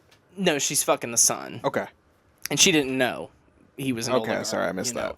And so then the people come and they're like, oh, you got to stop fucking. This is not real marriage. She's like, fuck you. Yes, it is. It's a good movie overall. I just think the way that it ended is ultimately, for almost the entire movie. Yeah. For almost the entire movie, it was 5. The ending put it down to a 3.5. No, fair enough. But hot sex. And of course, you can't talk about... Big Mama, or 2024 in film without talking about Big Mama. Interesting you didn't give it a rating. I could never. I could never. It supersedes ratings. In some ways, like I do think I would give it a 5. I do think it's one of the best paced 2-hour movies I've ever seen. Yeah. But also, I made it. You know what I mean? We can't rate our own movies. It's hard movies. to be like, yeah, that's a 5-star movie because I think somebody's just immediately going to discredit it. You know, whenever it gets on Letterboxd, though, I will rate it a 5. Yeah, I think I will too. I want the data to accurately reflect. Well, I want the data to just be high. Right. It was a great experience working on this movie this year, or that year, because it's already last year. We still kind of are. We are still about to put the final touches on Big Mommy, the gag reel. Great experience working on the film. Excited to hopefully make some more content this year as well. And now, the biggest bundle, television, brought to you by Moleskin. He's freaking out watching this shit on TV, and now he's got his shirt off. He's ripped. It's either ripped or it almost looks like it's all wrinkles. It's it really depends. No, I mean on like how you his wanna look at stomach. It looks like he might have been like really fat at one point, but he got like pretty. Look at his arms; those are muscles. Yeah. Oh yeah, his arms are ripped. You're true. Yeah, you're right on that. I see he's got a little kitty. That's cute. Yeah, the kitty made it along to almost all of them. Okay. These are shows I rewatched this year. Airline, the reality show of Southwest Airlines, Better Call Saul. I did get the complete series Blu-ray and watched about half of it before I not got tired of it, but I was just like, I know what happens. Yeah. Hardcore Pawn. Loved rewatching that this year. Introduced it to Taylor and Royal. They both loved it. How could you not? Very underrated. Dance Moms, of course. You didn't talk about My Crazy Obsession. What is that? Oh, My Crazy Obsession. It's like My Strange Addiction, yeah, but it's like the episode that I clicked on that started the whole thing was a man who was obsessed with the Oval Office, so he built an Oval Office in his house. Cool. And then there's like a person who's obsessed with appliances, so like in their basement they had like all these antique washing machines that were all operational. So, yeah, okay, so like autism. Hoarders, Bridezillas. I forgot Bridezillas. That was, sometimes you just need a little trashy reality TV. Oh, yeah. What I didn't know, I had only seen like early episodes of Bridezillas when it was more like a straightforward documentary. We were watching the newest episodes, which were, probably like 8 years old at this point. And it was kind of like one of those, they had started editing it like a True TV clip show. Where it's like, people, they would show a clip of something and there'd be somebody in the background like, what the hell is she talking about? It was literally, it was like those old shows on like VH1, they're like top 100 disrespectful moments from police officers. Absolutely. So they started editing Bridezillas like that where she came in there looking like, whoa, and they'll edit in things. Yep, absolutely. So it was interesting, but I was like, well, that's kind of weird. No wonder that didn't stick on. And Wife Swap, of course, classic reality. This year, the Survivor bug did return. What is this? The intro? Yeah. All of these seasons? The Survivor bug returned. You rewatched them? No, these are all new seasons to me. This is where I left off. And in fact, there's a 47th season that I have not watched that just finished. They're cranking those things out. It's crazy. And some of these are good, some of these were bad, but I did watch 43, 44, 45, and 46. Not necessarily in that order. Some of them I really enjoyed. Some of them I thought were just okay. I think the only one I actually knew who the winner was going into it was 43. Because they had been spoiled. Well, seeing these logos shows me that you did a really good job doing the MOATAIF one. Oh, thank you. It looks really similar to this. Thank you. New to me in 2024, The Circus. Now, it's interesting that we have already talked about John Heilemann and Mark Halperin of Game Change. This is their show that they did in Showtime starting in 2016. So this is essentially Game Change 2016, the TV show. Really interesting. They had a few more seasons after that, like covering midterms, and apparently even one going up to the 2020 election. But I only watched the 2016 one because it was a nice companion piece to Shattered, the Hillary Clinton book. Queen Charlotte, the spinoff of Bridgerton. This was honestly really good. Better than Bridgerton, to be honest. Dance Moms, A New Era. Now, this is somewhat controversial. New coach, new team, new level of drama. A new dance studio featuring one of the dance teachers that had appeared on Dance Moms once or twice as a competing studio is now taking over the show. The biggest criticism being that she's not Abby Lee Miller. She's not entertaining really at all. We did watch the entire season. It did get renewed for a second season. We did not watch the final episode because halfway through we realized that the dance they were putting together was about fentanyl overdose awareness. Now, that does not trigger me. I'm here to tell you, it does not trigger me. But Taylor thought it would. So I was just like, I just hate that vibe. So once we got to the point spoiled where, it. You're just like, exactly, oh, okay, well, once we got to the vibe, once we got to that part, and then we got to a point where it's like, oh, I'm going to go to the bathroom and pause it, I was just like, we're just going to watch something else. Because maybe that's why she thinks it bothers you. It could be. And maybe it's a, but I don't like when, like everybody's you see an overdose on TV and they go, yeah. And they look at you. I'm like, I'm not thinking about it necessarily. And now you're making me think about it. Yeah, I get it. Mr. Show with Bob and David. This is Bob Odenkirk and David Cross's it's like the late 90s. Yeah, sketch show on HBO. After reading his book and learning, realizing how much this meant to him, and I knew it was a famous show at the time and popular, but I did buy the DVD and watch some of this. How is it? It's really funny. I love David. It is funny. Yeah, David Cross is really funny in it as well. Honestly steals the show from Bob Odenkirk, but it was a very, important in both of their geneses. The Secret Lives of Mormon Wives. This is a trash reality show about a group of... They look sexy, but I can only see them in their dresses. That's a group of Mormon wives in Utah who ended up... They became like TikTok popular. They were like doing dances and like mom talk is like what they call it and stuff like that. Well, then they all started kind of swinging and people started like fucking like this husband fucked this other wife and like these two are fucking, these two have issues. And so then they got this show. It was okay. It was pretty good. It's been renewed for a second season. I'm sure we'll see it on there. Oh yeah, there's a lot. And in fact, there's, that video, that famous video, so cringe, of the mom, like her son's in intensive care and she's like doing a TikTok dance in front of him. Yeah. She's the star of this. Are you serious? She's one of the stars of this. They gave her a show. Well, and she did talk about it in one of the episodes and she's like, I didn't realize like how tone deaf it was. She's like, I was just trying to have some fun. Tim and Eric, awesome show, great job. Again, this is another one that was recommended by Bob Odenkirk in his book. He worked on this show. Never seen this? No, I've seen clips of it, and once I actually sat down and watched a whole episode, I realized how much of it I had actually seen, but I had never actually seen whole episodes. So to me, this was new to me. I did enjoy it. I don't, think I'm going to keep up with it necessarily. I didn't know it was still going on. It's not. AGT Fantasy League. I don't even know why I watched this. What is it? This was a spin-off of America's Got Talent where they brought back, they did it like a fantasy football draft where they, okay. Yeah, exactly. And then they brought back past winners or past competitors of America's Got Talent and did like a fantasy football style competition. Okay, I don't really know what that means. What? Yeah, I don't know how fantasy football is. Well, you like do an imaginary draft, and then it's like, well, if my person wins, like Howie gets points because they won. It was just a way to have another fucking show on TV. No Good Deed, starring Lisa Kudrow and Ray Romano. This was the last show I watched of the year.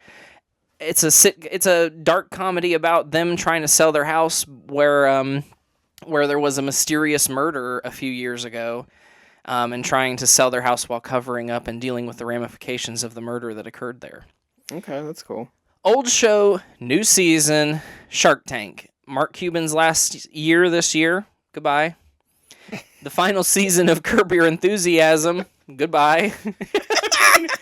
It was, it was a good season. I'm not going to lie. I will miss it. I hope that Larry David does something else.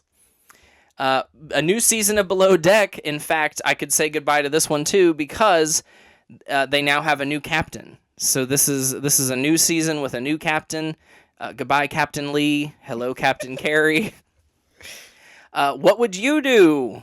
We watched the new season of that. It's always an entertaining show. That's like that Canadian show where they where they're like, a man is choking in public. Yeah, pretty much. I didn't know they still made that. Except now they're doing like I'm trying to think of what an example of one from a recent episode was like you saw a disabled mom stealing groceries. What would you do? You know, just shit like that. And is it still that like black guy is just like, you're on what would you do? What do you have to say about this? He's like American Samoan, but yeah. Is he? Yeah. John Quinones. Is that? Okay. I've only seen the show from you showing me clips, and what I remember the clips being were like the mid 2000s or something like that. And it was like every reality show that's still being aired today. The early episodes are always going to be the best, and now they're kind of overproduced. And in fact, if in the past, let's say they did 4 scenarios an episode, now they're doing 3, and they're showing one from the past for the 4th. So it's kind of cheap.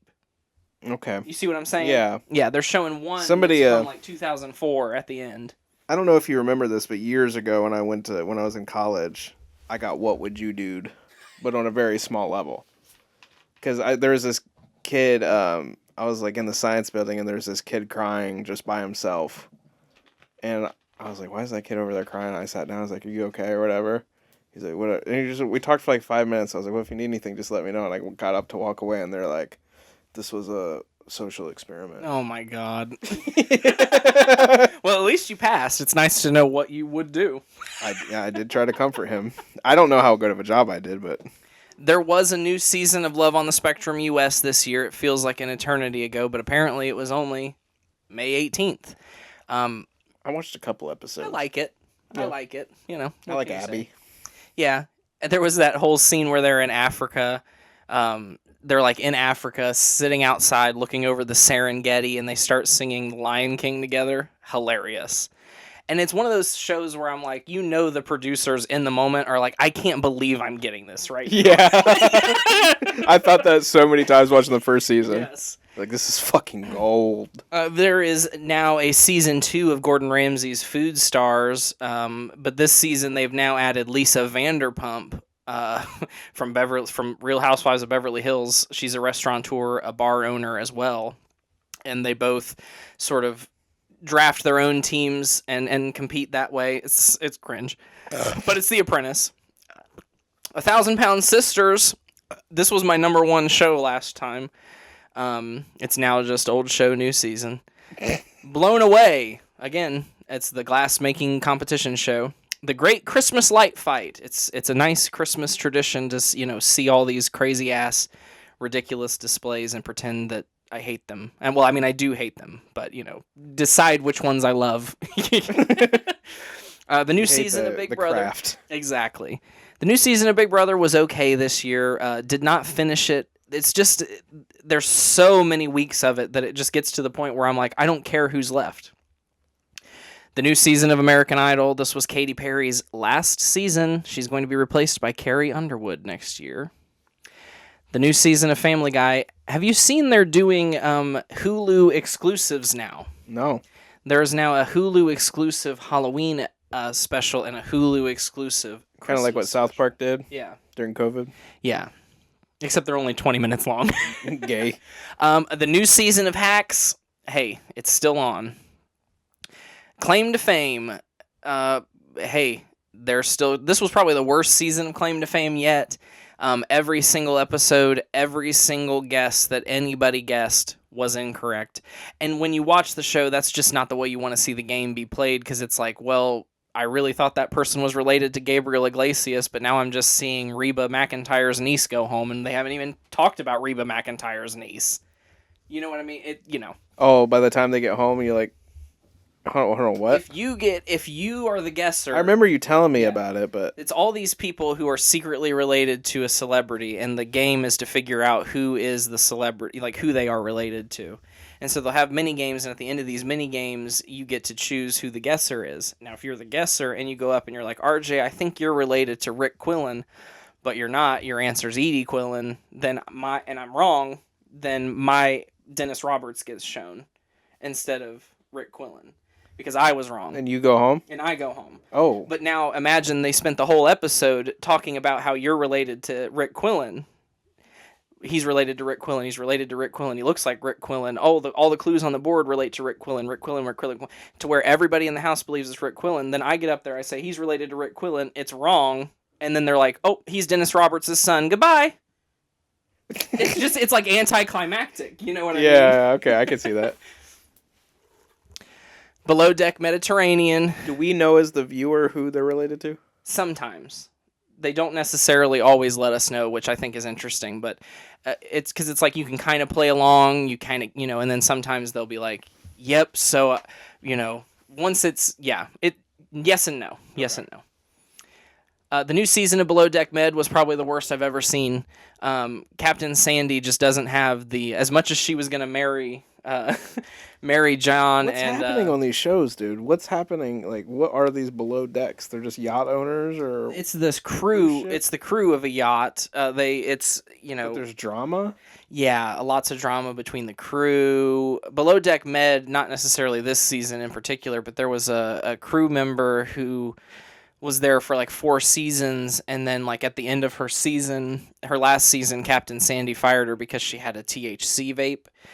And so it's like those sorts of things, and honestly, and I mentioned this more so last year, it helped me watching it feel more entitled or empowered to enforce rules, because I'm like, these people are going up to multimillionaires and being like, if you do that again, I'm going to turn the boat around and kick you off. You know what I mean? Yeah, I'm like, well, that. I can do that too then. You know what I mean? Yeah. Who the fuck are you? The new season of Futurama, they shouldn't be making this. They shouldn't be making this. It's smaller than Family Guy, dude. The new season of American Dad, again, it's probably the worst season they've come out with so far. I was a little disappointed in it, to say the least. Few more. MasterChef Generations this time around, they divided everybody up by Gen X, Boomer, Millennial, etc. I don't know why they feel the need to do that. Who won? I already don't remember. MasterChef Junior, another season of that. A new season of Solar Opposites. A new season of South Park. And a new season of Smiling Friends. Folks, adult animation, it hits. It hits for me. Flops, disappointments, or gripes. The Secret Life of Dancing Dogs. I couldn't tell you how excited I was to watch this. This was recommended by Grace Helbig, who also recommended that table setting documentary. She's recommended a lot of other things that I've actually really enjoyed watching. And so when she told me on her podcast that this was similar to that, I was like, oh, this is going to be great. Cringe as hell. Doesn't even come to the same levels anywhere close as that table setting documentary. Didn't watch even one full episode. Same with the new season of America's Got Talent. This is unwatchable. Couldn't get through one episode. It's all fake. It's all staged. Everybody on it's cringe as hell. It always has been, though. But it's even more, it's just unwatchable. It's gotten to the point where, to me, it's unwatchable because they think I'm an absolute sniveling fucking retard. And I'm tired. I'm tired of watching shows that think I'm retarded. Well, yeah. Feud, Capote versus the Swan. This is the long awaited sequel to Ryan Murphy's Feud, Betty versus Joan. I didn't like this. It was about Truman Capote. I didn't like it. There was a time that I was watching Apple TV Plus shows, and everybody was talking about Loot with Maya Rudolph. Couldn't get through one episode. Sister Wives. The newest season of Sister Wives is terrible. Unwatchable. I mean, I've watched every episode. I've sat through every single one, but they all feel like an endurance The last test. one, you're like, I couldn't sit through an episode. It's bad. This one is terrible. It's fucking horror. Unwatchable. I did watch every single episode. Every minute of it I could watch, I did. I can't stop watching these people. But the show, it's like these people feel like members of my family. So I can't not watch it. But the show is so behind, so it's like they've been talking about the same divorces for 3 years, and I'm just like, I'm so sick of hearing the same conversation, the same flashbacks, the same, nothing new is happening in the show, and it's at the time when like their whole lives are falling apart, so it should be all this riveting content, but instead they're just like, yeah, when I got married, because I was the third wife, I didn't even have a ceremony. We know! We know! I'm so sick of hearing about it. They should just end the show. As sad as I would be to not have this content, and as much as I enjoy, the characters of the show, it could really be stripped down to a YouTube series. Exactly. It could honestly just be an Instagram post, and I follow the ones that I care about on Instagram, and I get more content than I do on the show. End it. Grotesquerie, the new series by Ryan Murphy. We watched this around Halloween time, but it just got to the point where we just didn't care to finish it. I thought Ryan Murphy got canceled too. What can I say? Did he? I don't know. Not really. Not too much, at least. I mean, like, there are people that are like, he sucks, but I don't think he actually got canceled. Okay. Squid Game 2 came out this year. I did really enjoy it, but I gotta say the only reason it's on flops, disappointments, or gripes is because Netflix, not the creator, Netflix made the decision to split the season into 2 seasons. So it ends on not even a well-constructed cliffhanger. That pissed me off. Not that I'm like, I need to know what happened, but it just wasn't a well-written. So they're just not releasing the rest of it until this year. Some arbitrary time? Yeah. Gay. And that was after 3 years. 3 entire years between season 1 and season 2. That's wild. Yeah. I've never seen the first one. It's good. It is good. I would recommend it. It's it's a little bit cringe, I guess. The Year of Crime. This year we watched a lot of crime miniseries, both fictional and true crime. So as far as fictional ones go, we've got 9 Perfect Strangers, Apples Never Fall, The Perfect Couple, and Baby Reindeer's kind of, I'll say fictional in the sense that, no, I'm not going to include Baby Reindeer. 9 Perfect Strangers, Apples Never Fall, and The Perfect Couple are flat out fictional stories, true, not even true crime related whatsoever. Financial murders, loving murders, that kind of thing. 9 Perfect Strangers is all about a wellness retreat that Nicole Kidman is actually just giving them LSD. Cool. That kind of thing. Apples Never Fall. The mom there in the center goes missing. The Perfect Couple. A wife is murdered. Nicole Kidman's in like most of these. I don't know why. Yeah, that's weird that she'd be in multiple. As far as ones that are documentaries / based on reality are Dancing for the Devil, which was about a TikTok dancing cult. Worst Roommate Ever, which is just a series of people who were roommates with people who either directly did something to them or they found out that their roommate killed somebody. But it might have been like they tied me up and locked me in a closet, Oh my god. all the way down to I was Jeffrey Dahmer's roommate, something like that. Oh my god. Quiet on Set is about the dark side of kids TV, it says. Yeah, It's all about that Dan Schneider, and all that kind of Brian Peck, rape, pedophilia, nasty. And then we have 2 that are still true crime, but are fictionalized. Baby Reindeer, which was based on a play about a man who was stalked and assaulted by a woman. And Under the Bridge, which was about the murder of an Indian young woman. May she rest in peace. Yes. Dropout content. Are you familiar with Dropout? No. Dropout is College Humor. Now... Oh, I didn't know you were a fan of this. Well, here's the thing. I wasn't.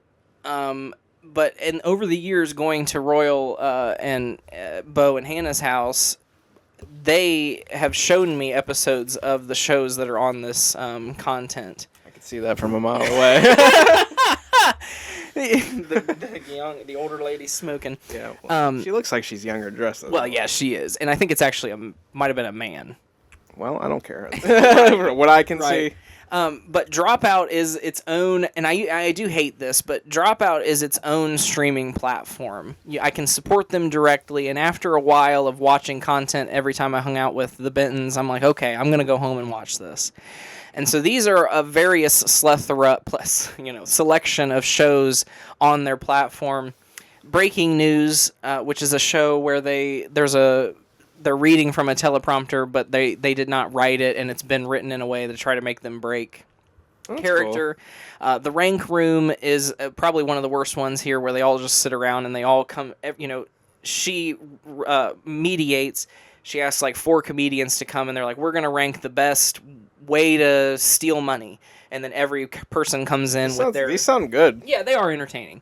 Paranoia is a show where one person on a cast of like 6 is stoned, everybody else is sober, and they try to figure out which one is the stoned person.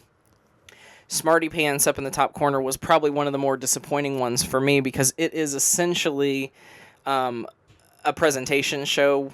Silly presentations. They go in and they this is why WWE is romance, or something like that. The challenges and Impractical Jokers. Yeah, pretty much. Except they actually did put together the presentation, so it's even less funny than that. Okay. And I just got over that one quick. Very Important People, hosted by Vic Michaelis. The comedians come in. They don't know what costume they're being put on. They're like blindfolded. They don't get to see anything that's being put on them. The makeup. Are these actual comedians or up and coming comedians? Up and coming for sure. I mean, Adam Conover is probably the most famous one from Adam Ruins Everything. Ugh. Who's been on here because he started with College Humor. Exactly. Yeah, he came from College Humor. They had I wouldn't call him. They had Eric. They had Eric from Tim and Eric. On Eric episode. Heidecker? Yeah. Remember when I watched Eric Heidecker's The Whole Trial of Eric Heidecker? Tim Heidecker's trial. Tim Heidecker. Yeah. Oh, is that who? Eric Tim Wareheim. Okay. Tim Heidecker's trial. Yeah, is I haven't awesome. watched all of it, but it does look hilarious. I like that he is making almost anti-content. Dude, that's anti-content for sure. Right. It's like real. Right. So very important people. These people come in. They don't know what their costume they're being put in, and they're asked to go in and then do an improv interview with Vic Michaelis. Make Some Noise is a panel game show where 3 people are given a prompt, something like, originally it was genuinely making sound effects, and now it's more like improv prompts, like, Josh, you are the Terminator powering down to because his girlfriend wants to talk, something like that. And then he would act out that little scene. So is this like a Patreon type deal? What is this? It's like you pay $5 a month or $55 for the year. And it's its own, Can I use your platform. login just to watch a few things, see if I like it? Yeah. Because I thought all of those premises were great. Oh, yeah, and there's even more, actually, that broke into my top 15 here. So here we are, the top 15. Not as much pressure on these 5 here, but we've got Pop Star Academy by Pop Star Academy, Cat's Eye. This is a documentary about a BTS, BTS, and all this K-pop. Korean shit. All this K-pop. A K-pop producer came to America, put all this money together into creating an academy, which would then create an English K-pop group, which became Cat's Eye, who is nobody. It's nothing, but this was a fantastic documentary series. 14, Bridgerton. I enjoyed this. I know it's for girls. What is Bridgerton?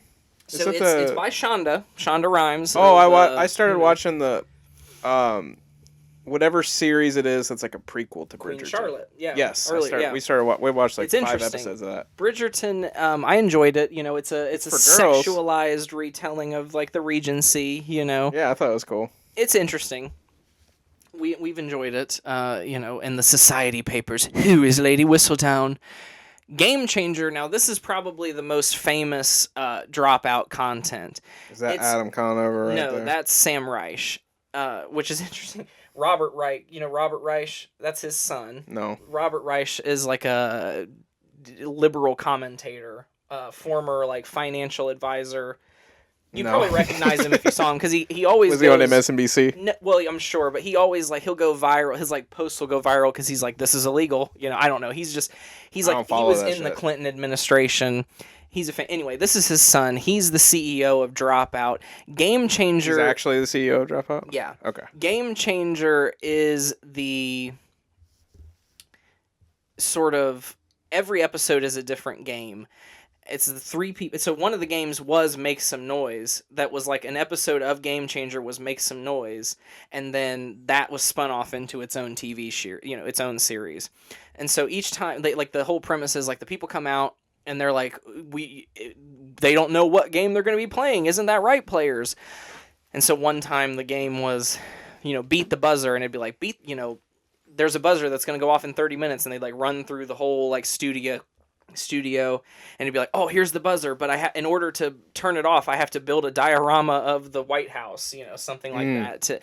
That's a pretty bad example of an episode, but there's some really good episodes in there. That's certainly their most famous content. And funny? Oh yeah, that's certainly the bridge into the show. I would say into the world of the content is certainly Game Changer. There was one. My favorite dropout contestant is Jacob Wysocki. He's this, I hate to call him this, but he's this morbidly obese, absolutely hilarious young man. Why would you hate our show is called? Well, I know. I'm just like, I'm sure that's like, he doesn't want to be known as the morbidly obese guy, but he's just absolutely ginormous, but he is hilarious to the point where he steals every scene that he's ever possibly in. But one prompt that comes to mind is they're like, players, give us, propose a visual effect to go here in the show. And so like the first contestant's like, just buttholes everywhere. And so then like the graphic designer's like putting assholes everywhere. And it cuts to Jacob, and he's like, I want to go Super Saiyan. Like takes out it was incredible. Absolutely hilarious. That's fun. Game Changer. It honestly could have been higher, but there were just so many other shows that were just so much better than that. But this is certainly... I can't wait for the next season to come out. It's a honestly groundbreaking show. Every episode completely unique, completely different. Definitely recommend it. 90 Day Fiancé before the 90 days. What can I say? I think you should leave with Tim Robinson. Now, this was certainly the year of sketch comedy. I watched a lot of different sketch comedy shows this year. I do think this was probably the best. This show is unhinged. The young man's hilarious. I can't even describe what makes it so funny. And it's amazing to me that it's so popular. I know, because it seems like very niche humor that we're into. It's like the new version of Tim and Eric, right? But it's absolutely so hilarious, absolutely hilarious show. Number 10, Total Forgiveness. This is the last dropout content. I thought this was brilliant. The concept of this show is both of these two people, Grant O'Brien and Allie Beardsley, both have like hundreds of thousands of dollars in college debt. And so they go to Sam, the CEO of Dropout, and they're like, if we do this like show, will you pay off our debt? And so each week they both give each other a challenge. And then at the end of that challenge with an exponential scale, it's like, well, if one of like Grant in the top there is having leeches applied to his face. It's like, so if you have like a leech treatment, you get $1,000 all the way up to like an exponential scale. Milk. Yeah, I don't know what she's doing in that one specifically. I can't remember. But it gets to the point where Allie is picking things because she wants to win more of the money. She's picking things that actually affect Grant. She's like, you're going to go and auction off everything in your house. And if you don't make $500, or maybe she even says $1,000, if you don't make $1,000 auctioning off all of the items in your house, you don't get any money. He did not. He auctioned off everything in his house, made like $300, failed the challenge, and then also had to go home to a house with no furniture. Oh, so how did he not even make $1,000? Well, because it was like a flea market, and so it's like people had $20, so it's not really like he's like trying to sell. He's like, I'll sell this table for $100, and he ends up selling it for like 6 hours later because and it gets to the point where it starts affecting their friendship to where he's like, I don't know why you would do that to me, and it's all real. And they are still friends today, but this was honestly, it's number 10. It was fascinating content. I loved it. Really raised some interesting questions. Number 9, The Franchise. This is the new show by the people who did Veep. This is about this is a satirical take on the Marvel Cinematic Universe, wherein these people are making one of the various slop that comes out of the superhero movie slop It was a very interesting show. And the one thing I brought up in the past was that like each episode is like skipping time. It's like chronologically it takes place from the beginning of the filming to the last day of filming, but then it's like it skips 2 weeks in between, 3 weeks in between, and I thought that was really interesting. I'm shocked you like I would I believe you that it's good and worthy of number 9, but I would never click on that with that caption there. Well, it's lights, camera. I know. Anxiety. I know. I would never click on it. That's a terrible caption, but it is. But that's the shit that gets like millennials to watch it. I know. It's we are. What I really enjoyed about it was it is just an absolute disgust. These people, the people who made this, fucking hate superhero movies. Oh, okay, I love that then. And so so that's what makes it better. Number 8, Palm Royale. This is an Apple TV series plus with Kristen Wiig and a plethora of other iconic actors. It's set in like the 50s or 60s. I can't remember exactly. She is a poor woman, Kristen Wiig, who goes to the Palm Royale Hotel and like wants to join the social club there. And through a various different ways of thwarting and making connections with people and deals with people, she's able to get her way into this social club. That's a very bad way of describing it, but I honestly think that if I were an Emmy voter, I would be putting some votes towards this because I really enjoyed Palm Royale.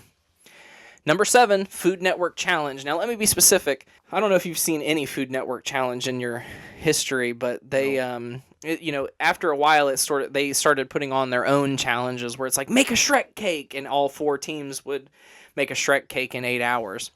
Originally, and what I loved and why it's number 7 is they were actually charting and recording legitimate food competitions that were happening across the country. So, for example, there's an episode called like The Best Pie in America, and it's hosted by Pillsbury. It happened every year at that point. It no longer happens. It happened every year, and these were real people across the country, like hundreds of applicants, and they were just following them, and it'd be an old lady.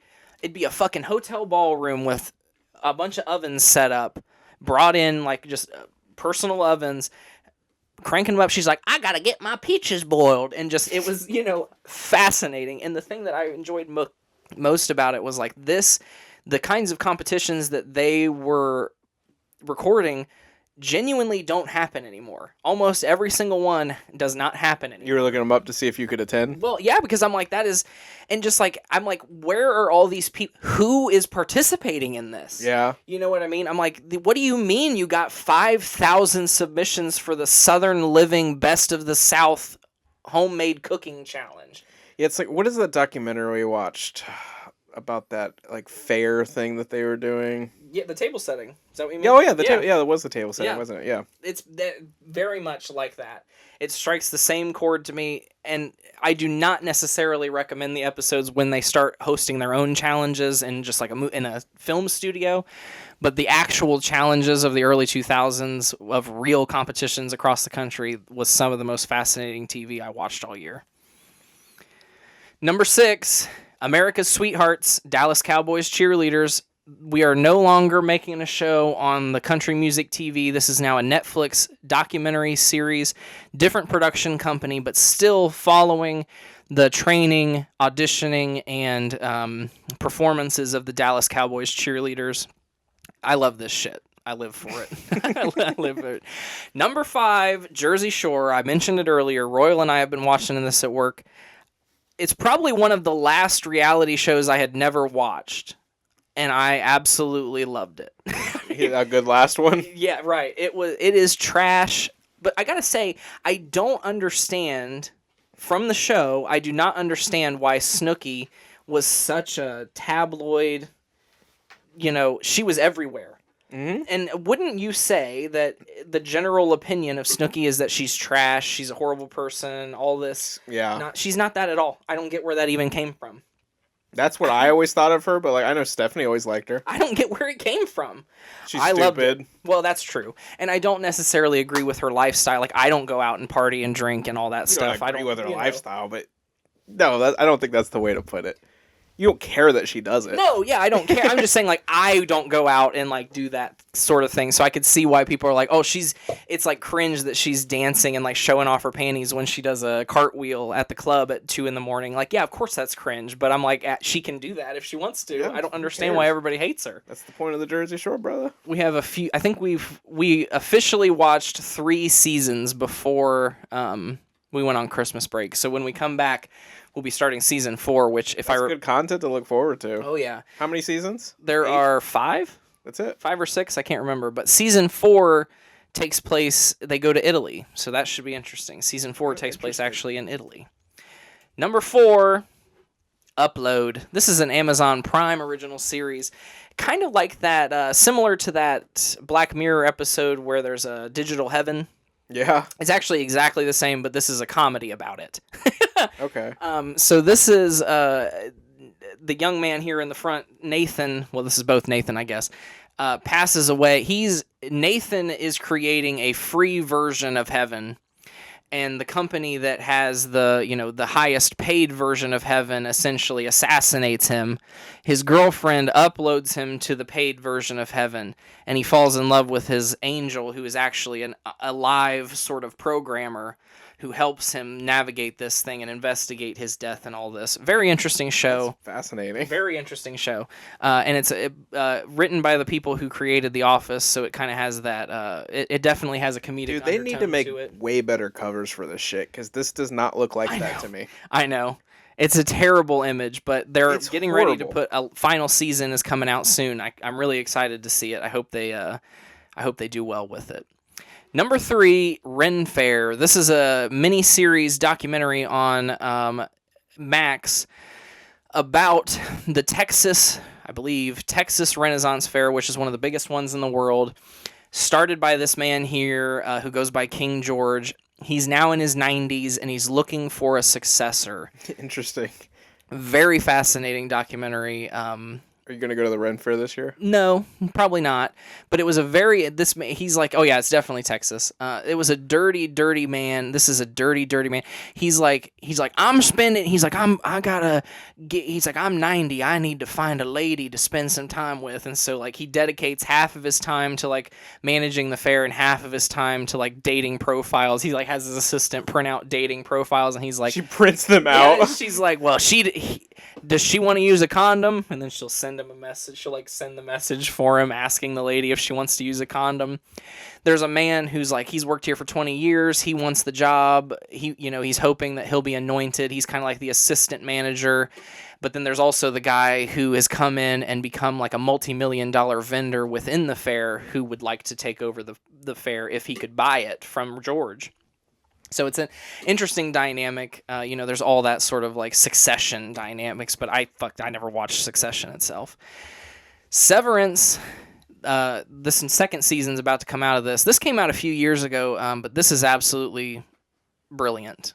Brilliant TV. Brilliant performances all around, directed by Ben Stiller of all people. Yeah, that's random. Starring Adam Scott. This exists in a world where there is a company who has offered a program called Severance, where when you go to work, your memories just shut off. And so it's essentially created 2 versions of you, one that only ever exists at work and one that only ever exists in freedom. Lit. And it is a fantastic show. Fantastic show. Truly, and I can't wait for the second season, but I really think with how good the first season was, there's no doubt that the second season will be a bit of a disappointment. Maybe not, but truly incredible TV.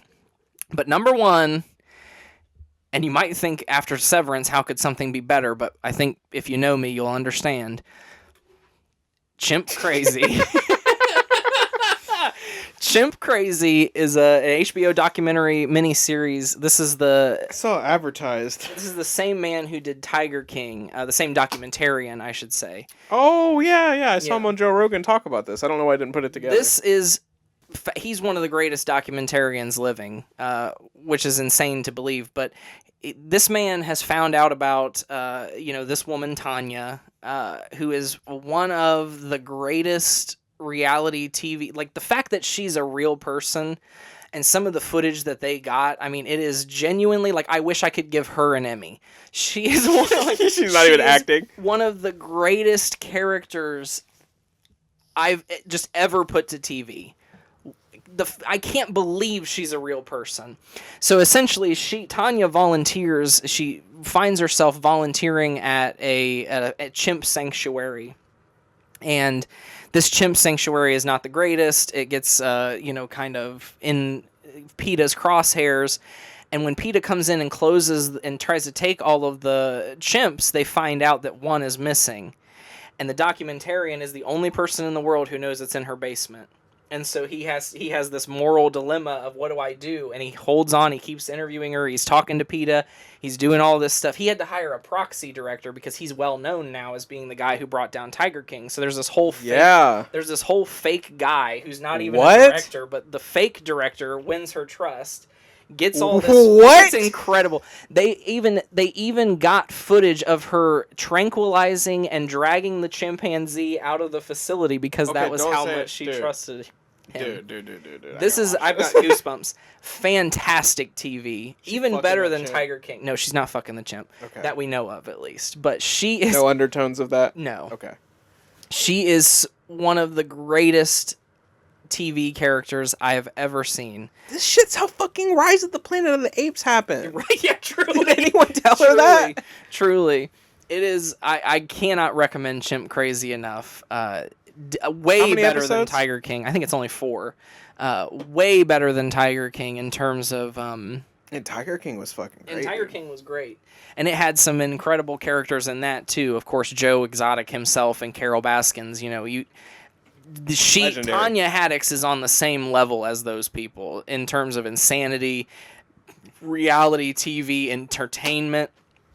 There's a time, I won't give all the details, but there's a time when she's being deposed virtually, and she tells this story about how, which I guess this isn't really a spoiler because I just said the documentarian's the only person in the world who knows he's in her basement, and she's being deposed, and she's talking to PETA, and she's like, I went downstairs and he was dead. Genuinely just as fake as that. And you're just watching it and you're like, how the fuck is this real? Like, how is it real? Incredible TV. Just to compare the last few years of TV, I guess Chimp Crazy and 1,000 Pound Sisters kind of go together, At this point, when you have Survivor, Better Call Saul, 1,000 Pound Sisters, and Chimp Crazy, at this point, it's more outlandish that Better Call Saul was included. But yes, that is my content. At the end. You're right.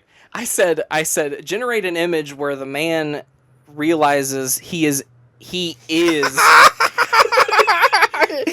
only a character in a presentation. Yep, that's exactly what I said. So, that is my 2024 journal data. Good Folks, shit, dude. Stick around. We got more MOATAIF coming. We got Big Mommy gag reel coming. 700th video. And before you know it, we'll be doing a 2025 journal presentation, hopefully with better data. But until then, folks, it's time to smoke. Stay moat. What? I just got electrocuted. Did you? Is that thing grounded? It should be. I'm just a small town boy from Appalachia.